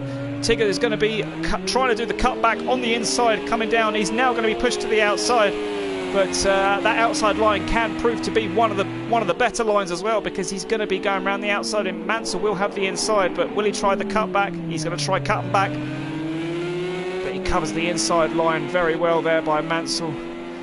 And now Tigger is on the outside, coming towards Eau Rouge, side by side. He's going to lose the position. Mansell has lost the position, so Tigger's now up to 2nd place. And very fast through here, that Lamborghini. And he's going to have the lunge on Tigger as well, because we do know that Lamborghini's a bit quicker through Eau Rouge, but it doesn't seem like he's made it through there as quick as we all thought, as Power Pog is streaming away there. He's now 3 seconds ahead in 1st place, as Mansell's too far back to have a look at the moment. But very good on the brakes, that Lamborghini. Extremely good on the brakes. And looking down the grid, we've got Pro Gav behind by 1.2 seconds, 1.3 seconds behind Van Gien. But this is the closest battle we've got on track at the moment, as Maverick has only just left the pit lane and a whole lap behind now, I think. No, he's not a lap. Yes, he is. He's a lap behind. So that's a real shame. So that's going to be a nightmare for Maverick. He will not be pleased with that. He's put in full fuel, so he's not going to pit again. He'll go to the end. But with that damage that he's had to fix, that's a top 3 out of his hands at the moment, unless we have some major issues at the front, which we have seen before. And we have Baggins making his way back up through the field. Nathan Bellows up to 4th place. What a brilliant drive from Bellows at the moment. And Robbie K, sorry, it's not Baggins, Robbie K's in 5th. Baggins is actually in the pit, so all these drivers that have made little mistakes or have been taken out, unseen to me, have pitted and made their 1-2 pit stop, taken that fuel on board, which Robbo Baggins has done with 89 litres, taken that fuel on board, and that is a mess of a car. So Valwood is going to be repairing that car and taking fuel on board. Simon also will be taking some fuel on board and so forth, but Mansell and Tigger still battling over as Power takes out another 7 seconds out of these two, as Power is just pulling out, Car pulling out the pits now. Power is flashing his lights at him to move out the way, and I believe that's Valwood. So Valwood is in front of the leader. He's going to have to move out the way. He's pulling off the track, hopefully not in front of the Lamborghini. That is, I think he was just trying to pull over, but I don't think he realised how fast Power was through there. That was almost a wipeout there from one of the back markers. So yeah, there's a bit of defending on the straight there from Tigger. So these two are really close together, and Tigger make a slight mistake there. He's just used a bit too much curve. They are coming up to the back marker of Valwood now, so they might play a part in this battle. And Mansell is definitely going to try and pounce on Tigger if Tigger gets held up even just a little bit by this back marker. So Valwood knows he's about to be lapped, and Tigger flashing his lights at him there to try and get him to move out of the way. The Thielman has retired from the session. I'm not sure he made the grid, unfortunately. Yeah, so the blue markers on my screen, on my map, I believe are a lap down on the map on the right hand side there. Everyone fairly spread out at the moment, apart from these two here. They've taken 2/10 out of Power at the moment. Not enough to be challenging for the lead at this particular point, as Valwood moves out the way. So no such luck for Mansell to be pouncing on just yet, but he is quite close as they go very wide, as he nearly loses it there. Mansell going on that artificial grass, as it sounds like a Power has lost it, so he's lost a lot of time there. So Power's gone and lost it into the bus stop. He's now on the grass, on the fake grass, and only 1.3 seconds down. Tigger can actually see the lead and possibly have 9/10 of a second, 8/10 of a second now, so he's going to have some slipstream on Power now, so that might help him and stop Mansell making a move on him, because he's now only 9/10. So this battle really heating up now with that mistake from Power on lap 5 and only 10 minutes into this race. And so easy to make mistakes on them curbs through here, as really close now, 7/10 of a second behind Power. So he's closing in 6/10 of a second on Power. That car is looking really fast, that Porsche down the straight. So Tigger's found something of pace in this race, but as Mansell's really late on the brakes, I thought he was collecting Tigger there, and that almost put Tigger off actually, because Tigger's lost a bit of time there. I even thought maybe Tigger thought he might be hitting him, but Mansell's looking very, very aggressive in these first 10 minutes of the race, and he's trying to make up for that bad qualifying, and he's certainly doing that at the moment. Bellows still holding on to 4th place at the moment, so good race from Bellows at the moment. Let's just check on some lap timings there. So we've got 2:20 from Power, that was with a mistake. 19s from Tigger, 20, and then 5 and 4 seconds back are the rest of them, with race pace of 2:24s, 2:25s, 2:23s, as Maverick is doing 2:19. So the fastest lap is from Maverick. Excuse me, I've got a bit of hiccups here from getting a bit excited at the start of the race there. So and Simon at the back there, so desperately trying to recover. So we have 4 guys that have been lapped, or possibly not even completed their laps yet. So just trying to see if they have been lapped, so bear with me on that one. But as for now, we will just concentrate on this battle, as they are literally nose to tail, nothing separating these two, as Mansell is running just a bit too wide, I think, going through there. Every lap seems to be going a bit too wide, but yeah, can't be running too wide all the time. That is frowned upon, but he's not really gaining, let's say, in that particular sector of the track, as Power has pulled away again. So a little bit of more breathing space there for Power now, pulling out 2-second gap now. What was under 1 second, what was 6/10 going down Kemmel Straight, so Power's really got the hammer down now. 2-minute 21s for all three drivers on that lap. As Tigger takes a very tight line going through Eau Rouge there. There's another close battle on track at the moment. We've got Pro Gav and Van Gien. Van Gien's closed up on Pro Gav, so Van Gien is now going to be going for the 7th place. And good lap from Van Gien. He was half a second quicker than Pro Gav on the last lap with a 24.2. Pro Gav was doing 24.7s ahead of him, so Van Gien has got better pace at this point in the race. So we will just sit with this battle and see how Van Gien approaches this as to whether he can get. And in fact, that lap, Pro Gav has lost 5 seconds. So Pro Gav made a match mistake somewhere. He's done a 2-minute 30 that lap, with to Alex's 2-minute 25. But on the whole, it looks like Van Gien has got half a second more pace than Pro Gav ahead. So the Ferrari and Jeanette are going at it. And Van Gien definitely sees a 7th place in his sight at the moment. This is a much better run out for Van Gien. The last race he had a terrible race. He was nursing a lot of damage. He had to come in the pits. He was running around the back of the grid for a lot of the race when we all knew he had a bit more pace. Well, had a lot more pace than what he was. So good to see Van Gien staying out of trouble and picking up a place or two. As Pro Gav goes wide and he's just lost the back end. That's what Alex wanted.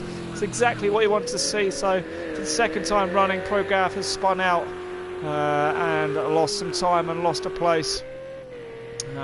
Shame to see it from Pro Gav. Shame to see a battle. Well, not really a battle there in the end, but Pro Gav losing a place there. So Van Gien up to 7th place, and now hunting down David Whitehouse, but Whitehouse is doing 2-minute 23s at the moment. So Whitehouse is 0.8 of a second faster than the 5th place guy at this moment. So Whitehouse 10 seconds behind Robbie Kay, as Robbie Kay is closing in on Nathan Bellows now. Nathan Bellows has held him back for so long, and Nathan coming through into the bus stop now as the two Audis battle for pride. Who is the best in this Audi? But hats off to Bellows for his race start. He goes extremely deep. They both go quite deep. Bellows has to take to the sausage curb, which has slowed them both down. There's going to be a drag race to the first corner now over the line, and Bellows is on the outside. He's going to have to concede this position, or is he going to hang it around the outside? And Robbie Kay dives down the inside as we expected. He's going to try and get the cutback, but I'm not sure he's going to do it. But Bellows went too deep into bus stop, had to hit that horrible sausage curb. Let's hope it doesn't give him too much damage, but Bellows losing position there, down to 5th place. And Robbie Kay is now up to 4th place. And 20 seconds off of Hammy Mansell now, but still good driving there from both of these drivers, both Audi drivers there.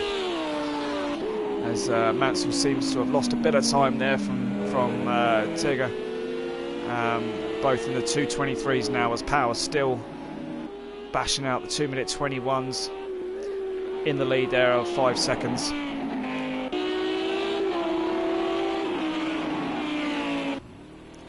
So Robbo Baggins having a very lonely race on his own at the moment. So Robbo Baggins, I believe, is still on the lead lap. Valwood's still on the lead lap, and I think Maverick is on the lead lap as well. Simon, I think, is lapped. No, because Valwood got lapped, didn't he? So yeah, Maverick has been lapped. So, but I think Robbo Baggins is still on the lead lap at the moment, because he's just gone through bus stop and Power is coming up to bus stop now. Yeah, so unfortunately for Valwood, Maverick and Simon, they've all been lapped in this race. So Valwood and Maverick is making his way back through, well, I say back through the field. He's fighting for 10th place at the moment, but it looks like he's going to make short work of Valwood at this particular point in time. So Maverick has got some great pace, and I'm not even sure Valwood's going to contest it. So Maverick will go through fairly easily and takes 10th place off of Valwood as we have a pit stop. So Tigger is in the pits now. So here we go. So Tigger's decided to pit fairly early here. So only 17 minutes into the race here, and Tigger is going to be taking on his mandatory race fuel now. And we also have Robbie Kay who's coming to the pits as well. So Robbie's going to be taking his pit stop. So interested to see where Tigger and Hammy come out to each other, because they were less than a second apart when they pitted. So Tigger is looking to try and gain a bit of time on power as well. I'm sure that's what he's trying to do. So he's going to be looking at trying to get a bit of an undercut, let's say, to power. It was quite a lot of time to be made, but it has been done before. So let's just see what sort of times we can see out of Tigger now while he's on full race fuel. So he's got 83 litres on board, and power is running a 31 litres. So power could go for quite a long time yet. He seems very comfortable out front at the moment. He's doing 2 minute 20.8. So far so good for power, with a 7.3 lead over Hammy Mansell. So Mansell somewhere has made a bit of a mistake. He's lost a lot of time there to power. Bellows has just spun. I was about to say Bellows up to third. I think that's because the guy he was battling with has pitted, but now Whitehouse is on a charge, and was 10 seconds behind Bellows, and now only 4 seconds behind Bellows. So Whitehouse is digging deep in this race. He's now up to 4th place. I think that was down to 1 or 2 pit stops, but still really going fast with 2 minute 23s there from Whitehouse consistently. So some great driving there from David Whitehouse, and reeling in these guys. In fact, Whitehouse is only half a second off second place lap times, so really fast there from Whitehouse, and some good driving so far. So good work, and good to see that. Good showing from Whitehouse. So Tigger has already made his pit stop, as we saw. Van Gien up to 6th place as Mansell is in the pits now. This is going to be interesting. We're going to see how close Mansell and Tigger are going to be together. So we will keep an eye on these two and as to where they come out on track together. So Tigger got 81 litres on board. What's Mansell going to do? Is he going to short fuel and try and conserve some fuel during the race to try and get ahead of Tigger, or is he going to slot just behind him? It depends how much fuel he's going to put on board. He can't overfuel. If he overfuels, he's going to have no chance of taking that 2nd place of Tigger and relying on mistakes from Tigger.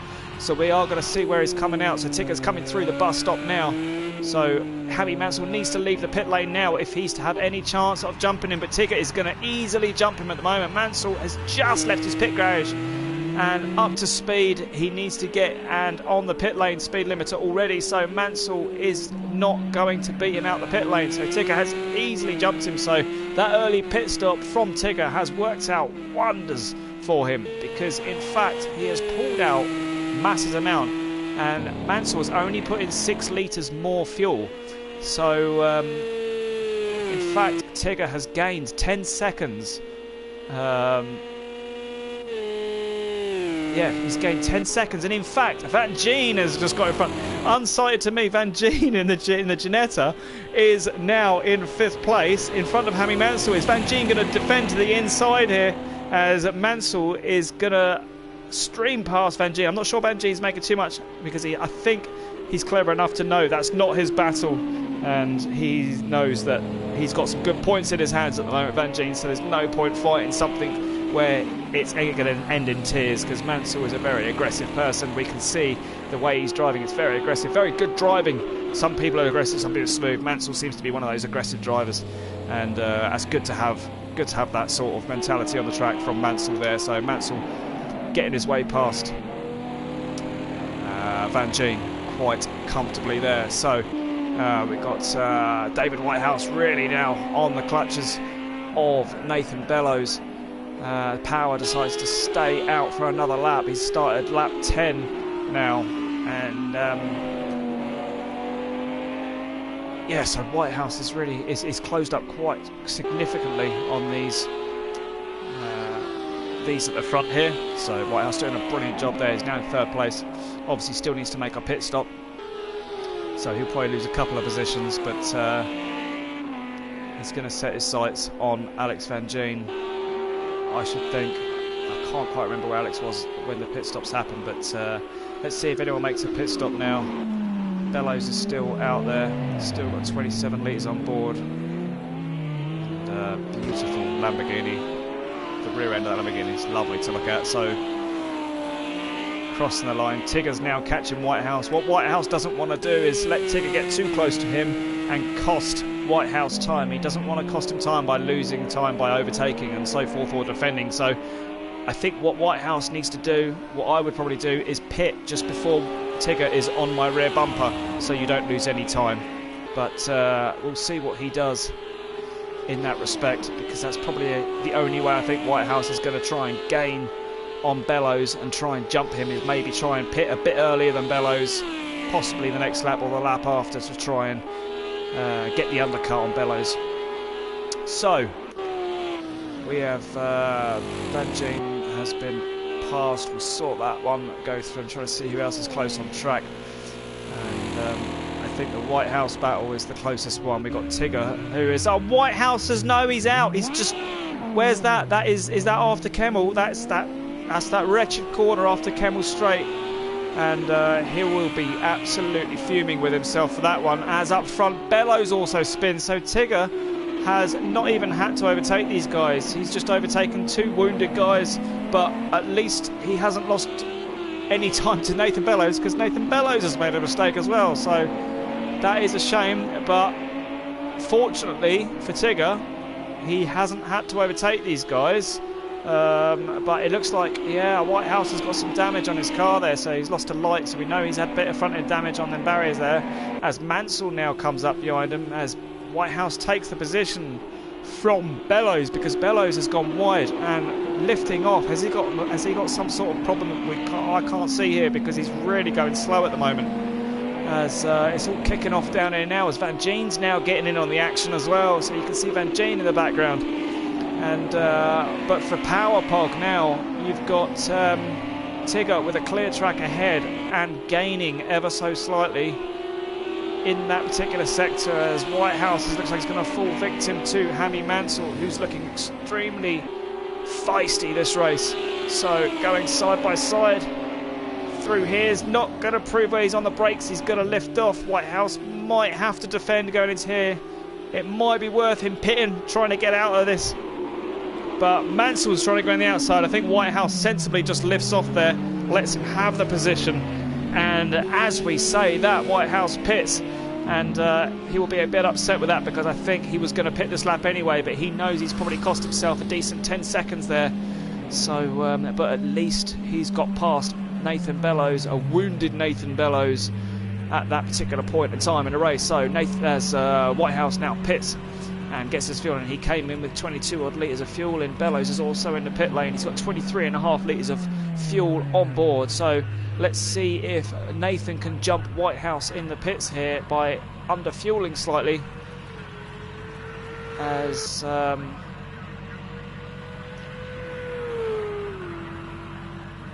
think Whitehouse is going to get out ahead. We'll just keep an eye on this for now, as there's not many huge battles on the track that I can see at this particular point.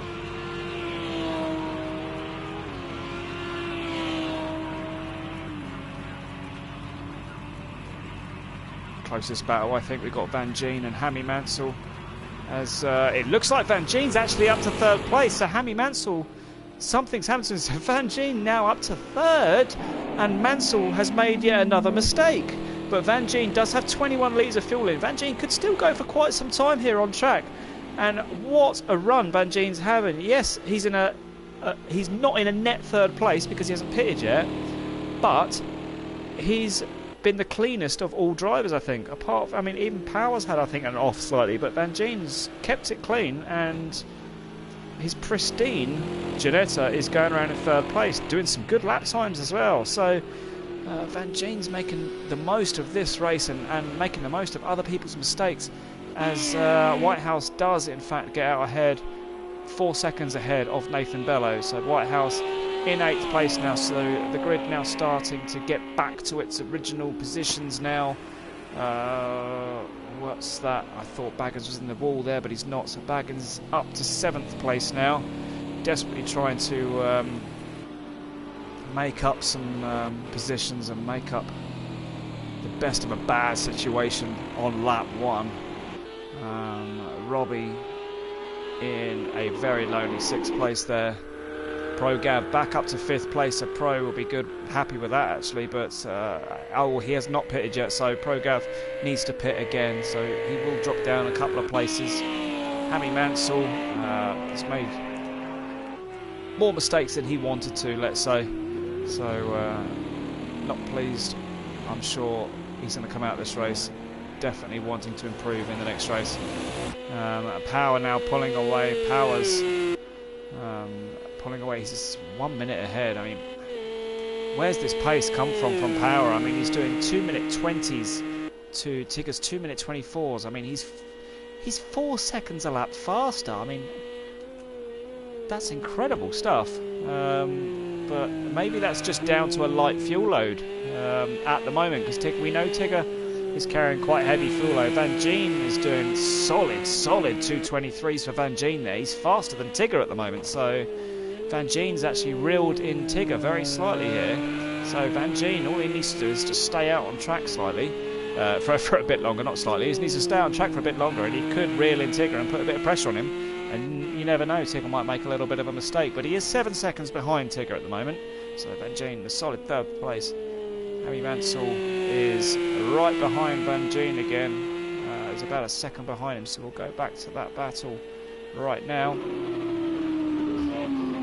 As Mansell is clawing that time back on Van Gien, but again, Van Gien may do the sensible thing by just letting him go past and then hoping he makes another mistake, because what Van Gien doesn't want is a huge amount of damage through someone rear-ending him or Alex trying to defend something where he hasn't made a pit stop yet, but Mansell has. So again, these two are on completely different strategies.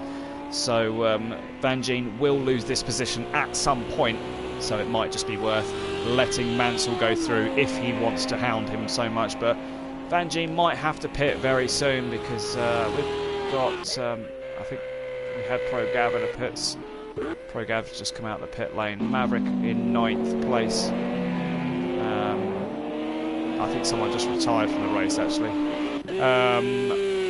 So where was we looking? Was looking at Hammy Mansell and Van Gien. Van Gien stays out, and while Hammy Mansell is right on his bumper now. Go in the cockpit view of Hammy Mansell. We've not seen any cockpit onboard views yet, so we'll have a look as we are nearly hitting Alex Van Gien off the track there. So that was close. I'm not sure if there was any contact. I don't think there was. We didn't hear any contact, so let's hope his car is okay. It looks fine. I think Van Gien was about to let him go through, and Mansell wasn't prepared for the generosity from Van Gien to let him through, so there's a bit of confusion there, but I think we're okay, and I think lives to fight another day there from Van Gien. So he will have to pit soon though, I believe. We've got a 2-minute 22 from Power. Polka not seeing much from Power, as he's on his own a lot out front at the moment. We've got a decent battle here from Maverick. Maverick is right behind Bellows right now, so Maverick desperately trying to make another place up, and Nathan Bellows really squeezing into the left-hand side there. There's contact! And Danny Henney is going straight off. Sorry, I call him Danny Henney because I know him as a person, not a driver, but that is Maverick going straight off there. That could have been awful for both of them. That was a race ender. That was close on the fastest corner of the track as well, 150 miles an hour. And not sure what happened there. I think Bellows just lost a little bit of a rear end grip there and tried to correct it, and unfortunately it looked like Maverick was on his inside while he was correcting it. So no fault from anyone there. I think it's just a bit of a racing incident and just hard fault racing, but luckily these two got away with it. So very, very lucky there from these two boys. That's the last thing Maverick wanted, was another collision. And the same for Bellows. Bellows was doing so well up there in 4th place at one point in the race. And he has dropped down, but he's waiting for, there's a couple of drivers that are making pit stops yet, so they will jump up higher. It'll be interesting actually to see where Maverick fits in with all this, because you've got drivers such as Van Gien, and I think there's one other driver that hasn't pitted yet. Oh, sorry, Power Park, yeah, so Power Park hasn't pitted yet, but I'm not sure Maverick will catch him. But as Van Gien does pit, as we speak about the pit stops, Van Gien's in the pit lane now, so it'll be interesting to see where Maverick is in comparison to Van Gien, because I have a feeling they'll be extremely close. So we'll see where Van Gien filters out, as Maverick is going around in 2-minute 24s at the moment. Hammy Mansell doing 2-minute 21s. And where's Whitehouse? Whitehouse is in 7th place, good 7th place there. So where's Van Gien filtering out? So Van Gien has got 48 litres on board, so a very small amount of fuel there. So let's hope that sees him through. But I think he may have under-fueled there to try and keep track position, as we have drivers such as Robbie Kay coming round the final corner, coming round the first corner now. Van Gien is going to come out of the pit lane right beside him. Here's Robbie, here's Van Gien. So Robbie has jumped Van Gien just, but Van Gien's come out in 5th place. That's a net 5th place there as Power pits. Power's in the pit lane now, so interested to see how much time he has gained by staying out for so long in front of Tigger, as we know Tigger was about 7 seconds off of Power coming the pits. And there's a driver there unlapping himself. Maverick's now going to unlap himself as well, so he'll be back on the lead lap. Whitehouse is back on the lead lap. Bellows is back on the lead lap. Pro Gav will be back on the lead lap, so this is good news for those drivers. Simon has really suffered some damage, so Simon staying out there at the moment. As Tigger's coming round the final sector, coming into the final sector, so he'll be coming into the bus stop any moment now, as Power's already leaving the pit lane. So Power with 55, nearly 56 litres on board, has left the pit lane and comfortably in the lead with 26 minutes remaining.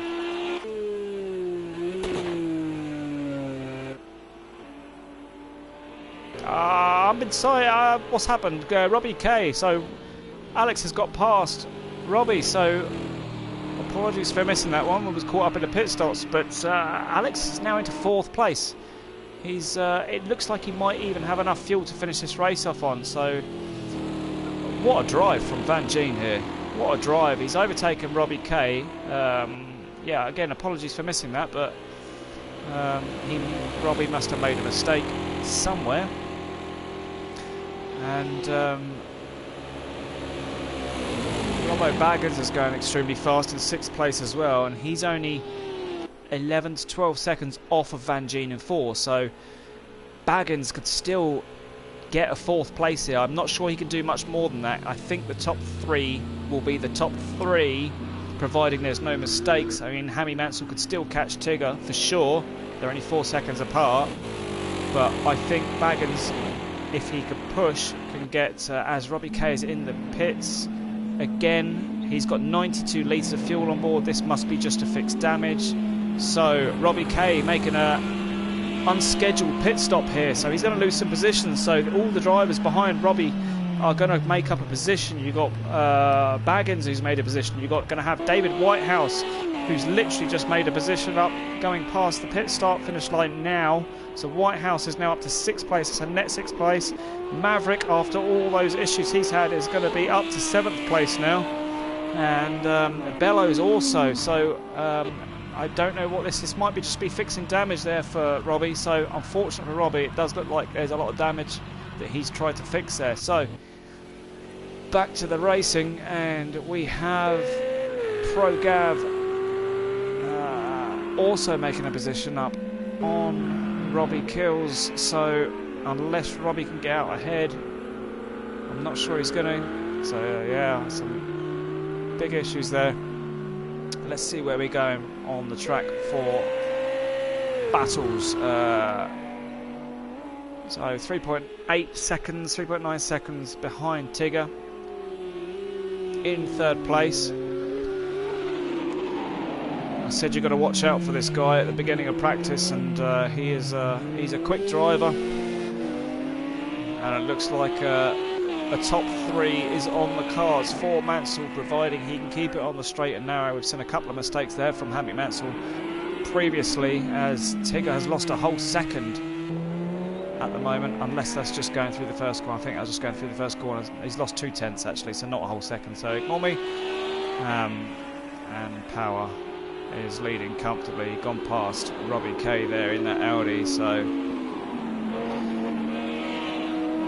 So far so good for Power, and it all goes back to that start where Power was extremely aggressive and didn't want to give Maverick the position, because I think he knows if Maverick was in front he could have possibly pulled away, but Maverick seemed to have got caught up in a bit of issues that I can, and I'll watch the replay back on lap 1, because that was really exciting what we saw there. I want to see exactly what happened, but I can't remember if Maverick lost on his own or he's got. I think there was an incident at the front there, but yeah, I've completely forgot what happened at the front. But I know the fact that Maverick wasn't a happy bunny after it, because I know he had a lot of damage, put it that way, and I remember him pitting for that damage. But Mansell is now only 3 seconds behind, so Mansell is pulling up on Tigger now. So Tigger is having a bit of time taken out of him, as on the last lap Tigger done a 2-minute 23.2 to Hammy Mansell's 2-minute 21.2. So 2 seconds was actually taken out of Tigger the previous lap, gone.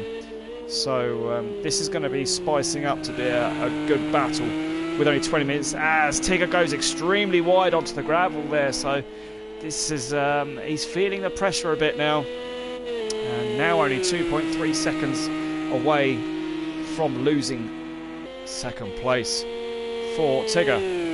Van Geen's still holding on to 4th place. I'm worried about Van Geen's fuel usage here. He's got 40 litres on board with 20 minutes remaining. I'm unsure about fuel usage here, so let's just hope Van Geen doesn't run out of fuel here, because he's had such a solid race. Very solid race. He's got Baggins hounding him down now, only 8.5 seconds behind, so let's hope he's got enough fuel to see it to the end. So the two Ginettas might be coming together for an epic final battle for the last 20 minutes. Let's hope so. But Baggins behind is running 40 litres as well, so I think that Ginetta doesn't use as much fuel. So actually Van Geen looks like he might have enough fuel on board after all, which is great news for everyone here, because you see these two Ginettas come together as Hammy Mansell's really close to Tigger now, and Tigger is going to be on the defensive any moment now, and we've seen these two battling all race long, and a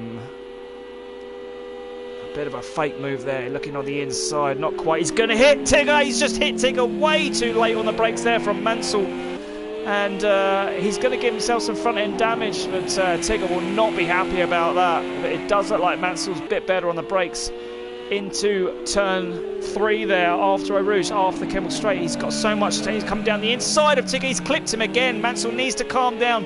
He will find his way past at some point. He just needs to calm down. You've got 20 minutes left on the clock, and Mansell's really pushing hard. I can see he wants to get past Tigger, but at this rate he's going to end up ruining both of their races, and you don't want to be doing that, because Van Geen is only 30 seconds behind you, and if you two get taken out, Van Geen will come along and he'll take that second place from you. But at the moment Mansell's desperate to get past Tigger, as Power is smiling from ear to ear with these two battling, because he's just pulling away and pulling away and pulling away as these two battle. But at the same time Van Geen is catching these guys as well, battling away, so maybe these two just need to work together sensibly to try and find a decent gap. But for us and the viewers, I don't care. This is a great battle at the moment, and this is good for me and everyone watching, because this is a close race. Let's get the speedo off. We don't need the speedo on the screen anymore. We don't want that there. Hammy Mansell coming down into the bus stop now. Let's ride on board with Hammy Mansell, looking down the inside. So late on the brakes there from Hammy Mansell. He's made the move as well, and he's got so much confidence on those brakes, as Tigger, I think in the end thought, do you know what, you can have it, mate, because you're going to take me out. But Tigger now has got a decent run on Hammy Mansell. He's going to go for the outside. Late on the brakes, Hammy Mansell has to be to try and stop Tigger from getting any sort of undercut. But that Lamborghini looks super good on the brakes. But again, I think it just caught him out. That Tigger broke just a little bit earlier. I think that's just where he's been braking the whole race. That's just how you got to brake with that Porsche. You just haven't got the braking power. So I think it just caught him out. But no issues racing into that one, and trying to break the toe there from Hammy Mansell. But Tigger really got some great toe there actually. That Porsche is fast. And he's going to lose it. He's just held. No, he hasn't held on to it. Oh no, that is such a shame. But he will stay in third place. But that, unfortunately, unless Hammy Mansell makes a mistake, I think that's ruined Tigger's chance of getting a second place.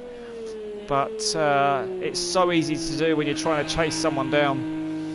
And unfortunate there for Tigger. But we've seen Hammy Mansell make a couple of mistakes before in this race. So as long as Tigger holds close-ish to Hammy Mansell, there's a possibility he could still make a mistake himself. There is 17 minutes left, so anything can happen still in this race, as Van Gien is holding on to fourth very comfortably, still doing good lap times.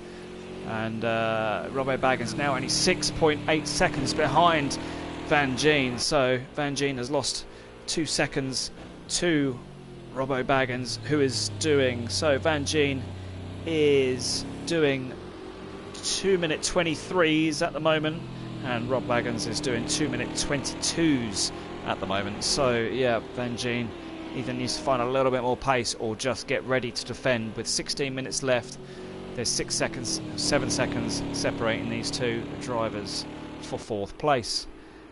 Whitehouse is in a very good 6th place at the moment. We've got another retiree somewhere. There are only 10 drivers left in this race, so 2 retirees so far in 45 minutes. Whitehouse in 6th place with Maverick closing up. So Maverick's recovering from, again, I say, from that awful start. Maverick is the fastest man on the track at the moment, and excuse me, and he's the fastest man on the track at the moment. 2-minute 20.8 Maverick is doing, and he's catching Whitehouse fairly quickly, so it will be a matter of a lap or two before he is right on his tail. Fastest lap of the race so far. Let's have a look. We are looking at Maverick. Maverick has the fastest lap of 2-minute 19.7. Tigger has a 2-minute 19.8 as a fastest lap. So Tigger's got some good pace there.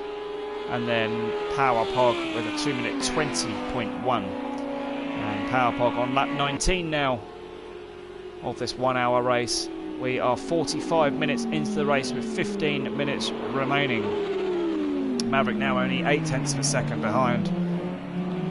And looking like he wants to make short work of Whitehouse in that other Lamborghini, but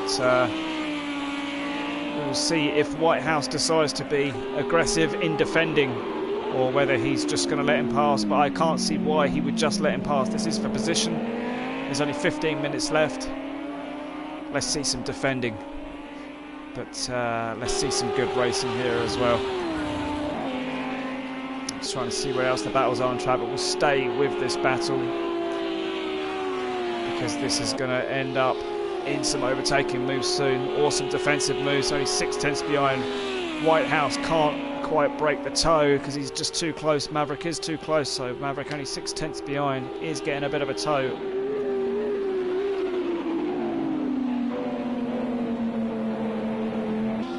Both drivers very good on the brakes, but Maverick braking just that little bit later, but doesn't get quite a good exit. Maverick's just lost it and put it into the wall. Maverick's gone. He's gone. He has got a huge amount of damage now. His front bumper's hanging off. He's going to have steering problems. All of that driving, all of that effort in trying to get to where he was. He put a wheel on the grass. As I said, he came out the corner a little bit rough. He's just overcompensated on the next corner and just hit that gravel and gone wide, and it's put him straight into the wall, which has taken the pressure off David Whitehouse, so much so that he can just sit there and relax and hopefully take the 6th place for David. But for Maverick, that is a calamitous mistake, because we've got Robbie Kay, who's behind him, only 15 seconds, and Nathan Bellows, who's only 3 seconds behind Robbie Kay. So Maverick could go back down to 9th place. He's going to have to pit. He can't stay out there with that amount of damage, because at this particular point, Robbie's only 12 seconds now behind him and closing rapidly. So he's going to have to pit and fix that damage. But what a shame for Maverick. After all that hard work, I think it's just gone from bad to worse for him. And not what he needed at all. Robbie now only 9 seconds behind, so even if Maverick stays out, he's going to lose those 2 positions anyway, so why not get the damage fixed? His windscreen wipers are on, everything's flapping about. I say come in, fix the damage, put some new tyres on the car, and try and get a point for fastest laps. He's going to retire. He's pulled over the side of the track. That is such a shame to see. A race, a contender for a race win. I think he's pulling over for the leaders, to be honest. Well, he probably is just pulling over to retire that car. But massive shame there. And Maverick will be extremely disappointed in himself, I think. But he is carrying on. I think he's just going to try and consolidate that fastest lap, because there is a point for fastest lap. You never know, at the end of the championship it might come down just to 1 point to separate you from 1st or 2nd or 3rd place. So it's worth maybe just sticking a pair of tyres on, getting all that damage fixed, and going out for the last few laps and trying to set a blistering lap just to try and get an extra point. But we'll see what he does. It's good to see him in the pits and not retiring out. Know how frustrating it is when you're that close to either winning 2nd, 3rd, or even coming back from a horrible grid slot and then making your way all the way up to only bin it again and then lose all that hard work you've put in.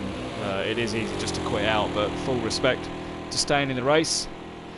I think you'll probably see quite a fast lap time from him once he comes out the pit lane. I should think he's going to stick some new tyres on that thing. Anyway, back to the race. We've got Whitehouse, who's now in a very, very comfortable 6th place. 12 seconds behind Baggins, 24 seconds ahead of Robbie. And in fact, he is reeling in Baggins in ever so slightly at the moment. Last time I looked, it was 13 odd seconds, and now it's 11.5 seconds. So Whitehouse is, as I say that, he's just had to take a trip across bus stop.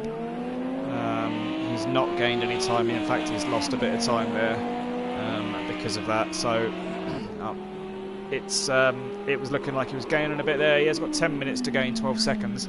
Not sure it can be done unless he finds some incredible pace zone, but he was half a second quicker at every point in that track at the moment. So we are now looking at Robbo Baggins and Van Gien. Van Gien 4.6. So actually Van Gien is really holding station, and Baggins isn't catching him as quick as I thought he would. I thought Van Gien would lose a bit more time than that, but as I say, he's just gone a bit wide on exit there. And 3.94 seconds is the gap between the two drivers now. It was 6.5 seconds about 5 minutes ago, so I still think these two are going to have a calamitous battle in the last couple of minutes of this race, because Baggins is catching, but not at the rate of knots he was before. He's doing about 7/10 faster at the moment. Sorry, yes, he's about 7/10 to 8/10 faster at the moment per lap. So let's just jump in the timing screen and have a look how we are all getting on.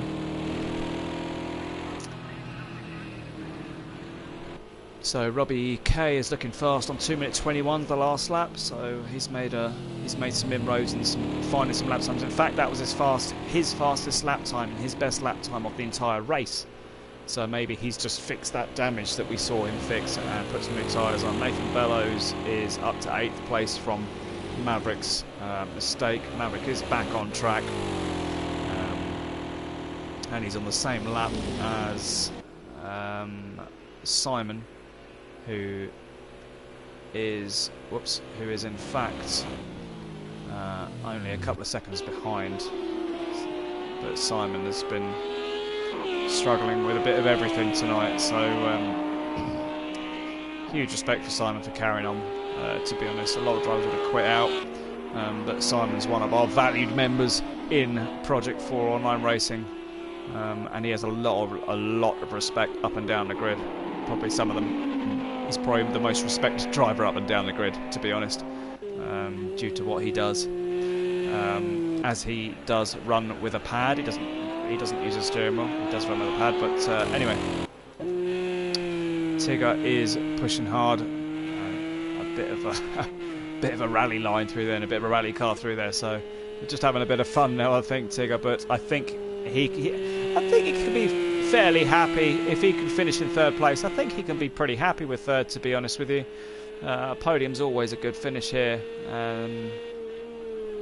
And I would say it's been quite a solid race from Tig, apart from probably a couple of little errors and a bit too much pressure maybe from Hammy Mansell, which caused the spin when he was behind him. But other than that, it's been a solid drive from Tigger in third place. Good drive from Hammy Mansell as well, still with only 5 minutes, 6-7 minutes gone remaining. Mansell's had a solid drive from 6 on the grid so far. Van Geen, though, has really, I mean, he's been standout for me at the moment. He's really, I mean, he's been the cleanest. He's kept his nose clean. And in 4th place, he could still drop to 5th place, though, because Baggins is now only 2.4 seconds behind with 6 minutes remaining. So this is a battle that we're going to keep an eye on. Hammy Mansell on that last lap just went the fastest of all with a 2-minute 20.7. Power doing 2-minute 21.0.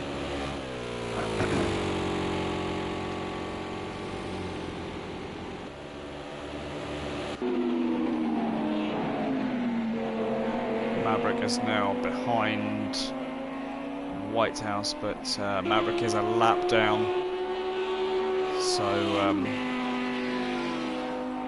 we'll see how this one plays out, because I know Maverick's just going to want to go faster and faster, so it might be worth Whitehouse just letting him go.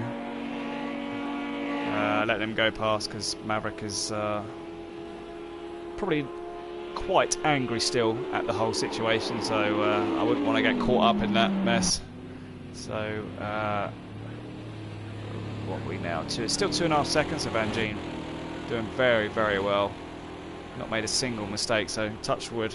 He can bring it home there, but great driving here from Van Geen. Oh, God, I swear I jinx it. As soon as I look at people and say their name, I swear it jinxes them, because he nearly lost it on the outside of Eau Rouge there. With only 5 minutes remaining, you don't want to do that, so very close to losing it there from Van Geen. Yeah, Whitehouse sensibly, it looks like he's just letting past. As Maverick is probably on his way to trying to set a blistering lap time here. He's already done a 2-minute 20.1. Let's see if we can find any other battles. We know as Maverick has just, he'll probably retire now. I think he's going to carry on. Fair play to him. It's just been a race from hell for Maverick, unfortunately. It's really not been his night at all, so let's find this battle, because this is the one is going to be closest. These two are only like I say, only 2.5 seconds between these two. Everybody else is fairly spread out at the moment, so we will stick with this for now.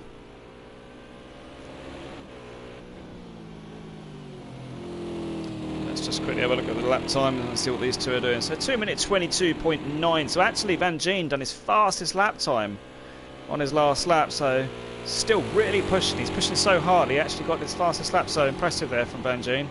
And Baggins only took 0.7 of a second out. I say only, it's still quite a lot, but compared to other laps, Baggins took 0.7 of a second out of Van Geen that lap. so not as much as previous. Let's see what Van Gien does. He's going to cross the line with 3.5 minutes remaining, and I fear Baggins is actually running out of time to close up and try the move, because this is going to be 2 laps left now. There's going to be 2 laps remaining, and again half a second, another half a second, another fastest lap there from Van Gien with a 22.7, and Baggins needs to pull something out of the bag here, pardon the pun, to try and reel Van Gien in, because at the moment I'm not sure Baggins has much more in his locker to try and catch Van Gien here, so providing there's no mistakes, he's got to get past Van Gien yet as well. 2 minutes 40 seconds remaining. We got Power starting his penultimate lap, so 1 more lap after this one, and Power has been flawless in this race. I did say in practice, just watch out for him. He will always have something in his locker. Qualifying, he was half a second off Maverick, who had an incident at the beginning, which left him an open track at the front. He did have to defend hard from Hammy Mansell as well at the start of the race, so Power has done everything he can to stay in front of this race, and he's made some correct strategic decisions as well, so really good from Power there. Good racecraft from Power. He's not been the quickest. He's not been the quickest here today, but he's definitely had a lot more racecraft and patience than some drivers behind him, which is why he's leading this race. So he will be taking his time now on this penultimate lap. He might even let a couple of cars go by, which he is. He's got all the time anyway. He's got 30 seconds, so he lets Robbie Kay go past. And he might even make this his final lap. In fact, I think Power might make this his final lap, which means this will be the final lap for Van Gien, and Robbo Baggins coming up now. So Power has made this his last lap. So this is now Robbo Baggins and Van Gien's last lap. 1 minute remaining. So can Van Gien hold on to this 4th place? It's only 1.3 seconds now. So 1 second was taken out that last lap. And without being a mathematician, you know that if Baggins does that again, come across the line, he will only be 0.2 of a second behind Van Gien come across the line. So Baggins needs to find an extra 0.2 to try and challenge Van Gien, possibly into the bus stop, into the last corner on the last lap here. So Van Gien only 1 second now clear of Baggins, as Hammy Mansell looks like he's going to take a solid 2nd place, as Power comes through the bus stop now to win round 4 of the GT3 World Championship. No, he doesn't. He's slowing down. Is he going to complete 1 more lap? There's possibly going to be another lap. There is another lap. Power comes through to take another lap, so he doesn't quite win it just yet. There is 2 seconds left on the clock, so Power will go across the line to start his next lap, but he will ultimately win this race, because Hammy Mansell will cross the line with no time left remaining, so he will finish in 2nd place, as we have this battle 0.6 of a second with Van Gien now, and this is going to come down to the final few corners now, so we'll stick with this battle. 0.4, 0.5 of a second.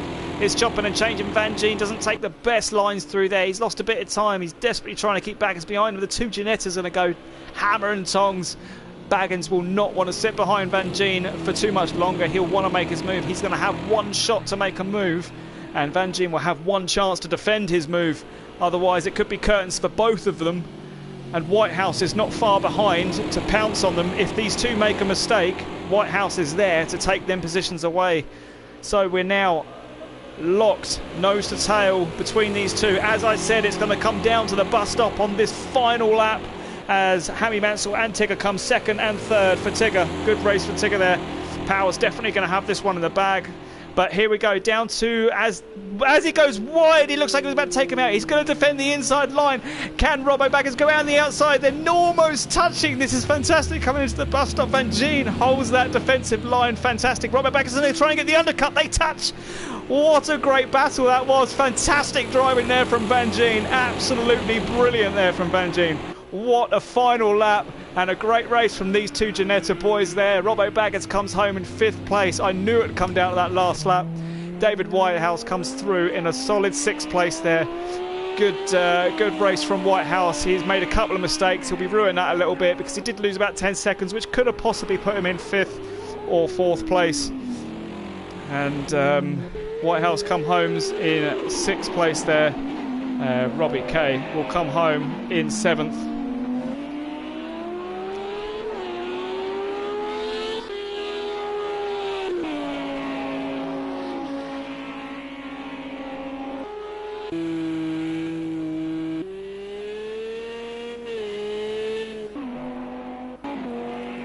There is a part of me that race wasn't finished. I do apologise, but the time had finished. Power wins this race, and they did complete another lap. But do you know what? That was not the that wasn't the final lap. The final lap has just been and gone, with Hammy Mansell coming home in 2nd place.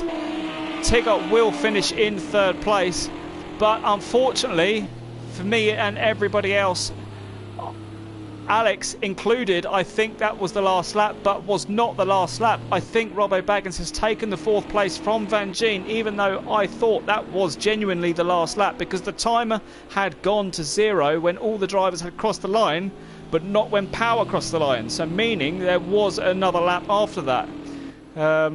Pretty difficult when there's no last lap board come out on my screen, but that was the penultimate lap, meaning Van Gien has lost the 4th place and is in 5th place. Whitehouse in 6th has caught Van Gien, so much so I think Van Gien thought the exact same as me and didn't realise that that was not the final lap, because Van Gien basically lifted off and conceded that 4th place effectively. Tigger's made a mistake, so actually coming through the last lap here, although Hammy Mansell's finished, Tigger has not finished where he wanted to finish. Robbo Baggins has taken 3rd place on the final corners here, so Robbo Baggins comes home in 3rd place from 5th, and Tigger comes home in 4th. So what happened there for Tigger? That's unfortunate there, but Alex Van Gien will be in 5th place. But what happened to Tigger? He will be fuming with that. Whitehouse takes 6th place there, and Robbie Kay will come home in 7th, coming through bus stop now. Maverick will be quite annoyed with that one, I think, but Robbie Kay comes across the line in 7th. Nathan Bellows will come 8th, and Simon will finish in 10th. But the thing that's confused me was that there was no last lap, no obvious last lap there, so that was really confusing. So apologies for the anticlimax there on that, but Power Pog coming home to take a solid victory there. So Power Pog, once again, what a victory for him. That's still 100% record for him in the on the podium front. So we've got Hammy Mansell in 2nd, Robbo Baggins there in 3rd. Brilliant from Robbo Baggins. That's just come out of nowhere. Tigger's mistake, I think, has put him down to 4th, so he'll be really annoyed with that one. Van Gien in 5th again will be quite annoyed, just like I was really actually with that last lap. It was the penultimate lap, but there we go. Should have been a bit more aware. I think we all should have been a bit more aware about when the last lap was, because it would be handy if there was a last lap board so we all knew when that was. But anyway, Whitehouse comes in 6th place. Good there from Whitehouse. Robbie Kills in 7th. Nathan Bellows 8th. Maverick in 9th. And Simon in 10th. Anyway, I hope you've all enjoyed the live stream, the action, and the obvious anticlimax towards the end of the race there. But we all learn from it. We all move on, and I'm sure we'll understand what has happened exactly to that one. Maybe it was because Power crossed the line with still some time left, that it made everyone do an additional lap. But hey-ho, that is the way the cookie crumbles, as they all say. So what a race, though. That was a good race. I really enjoyed that one. Good results and good standout drives there from some drivers there, in particular. Robbo Baggins coming back from the back of the grid after a horrific race, but Van Gien really impressed me in that race regardless of that finish at the end there. But anyway, I've been your commentator, Chris Staines, for Online Racing Network. I really hope you've enjoyed this, and we will see you for the next race, which we will advertise on Facebook as soon as we know. Thank you everyone, and we'll see you soon.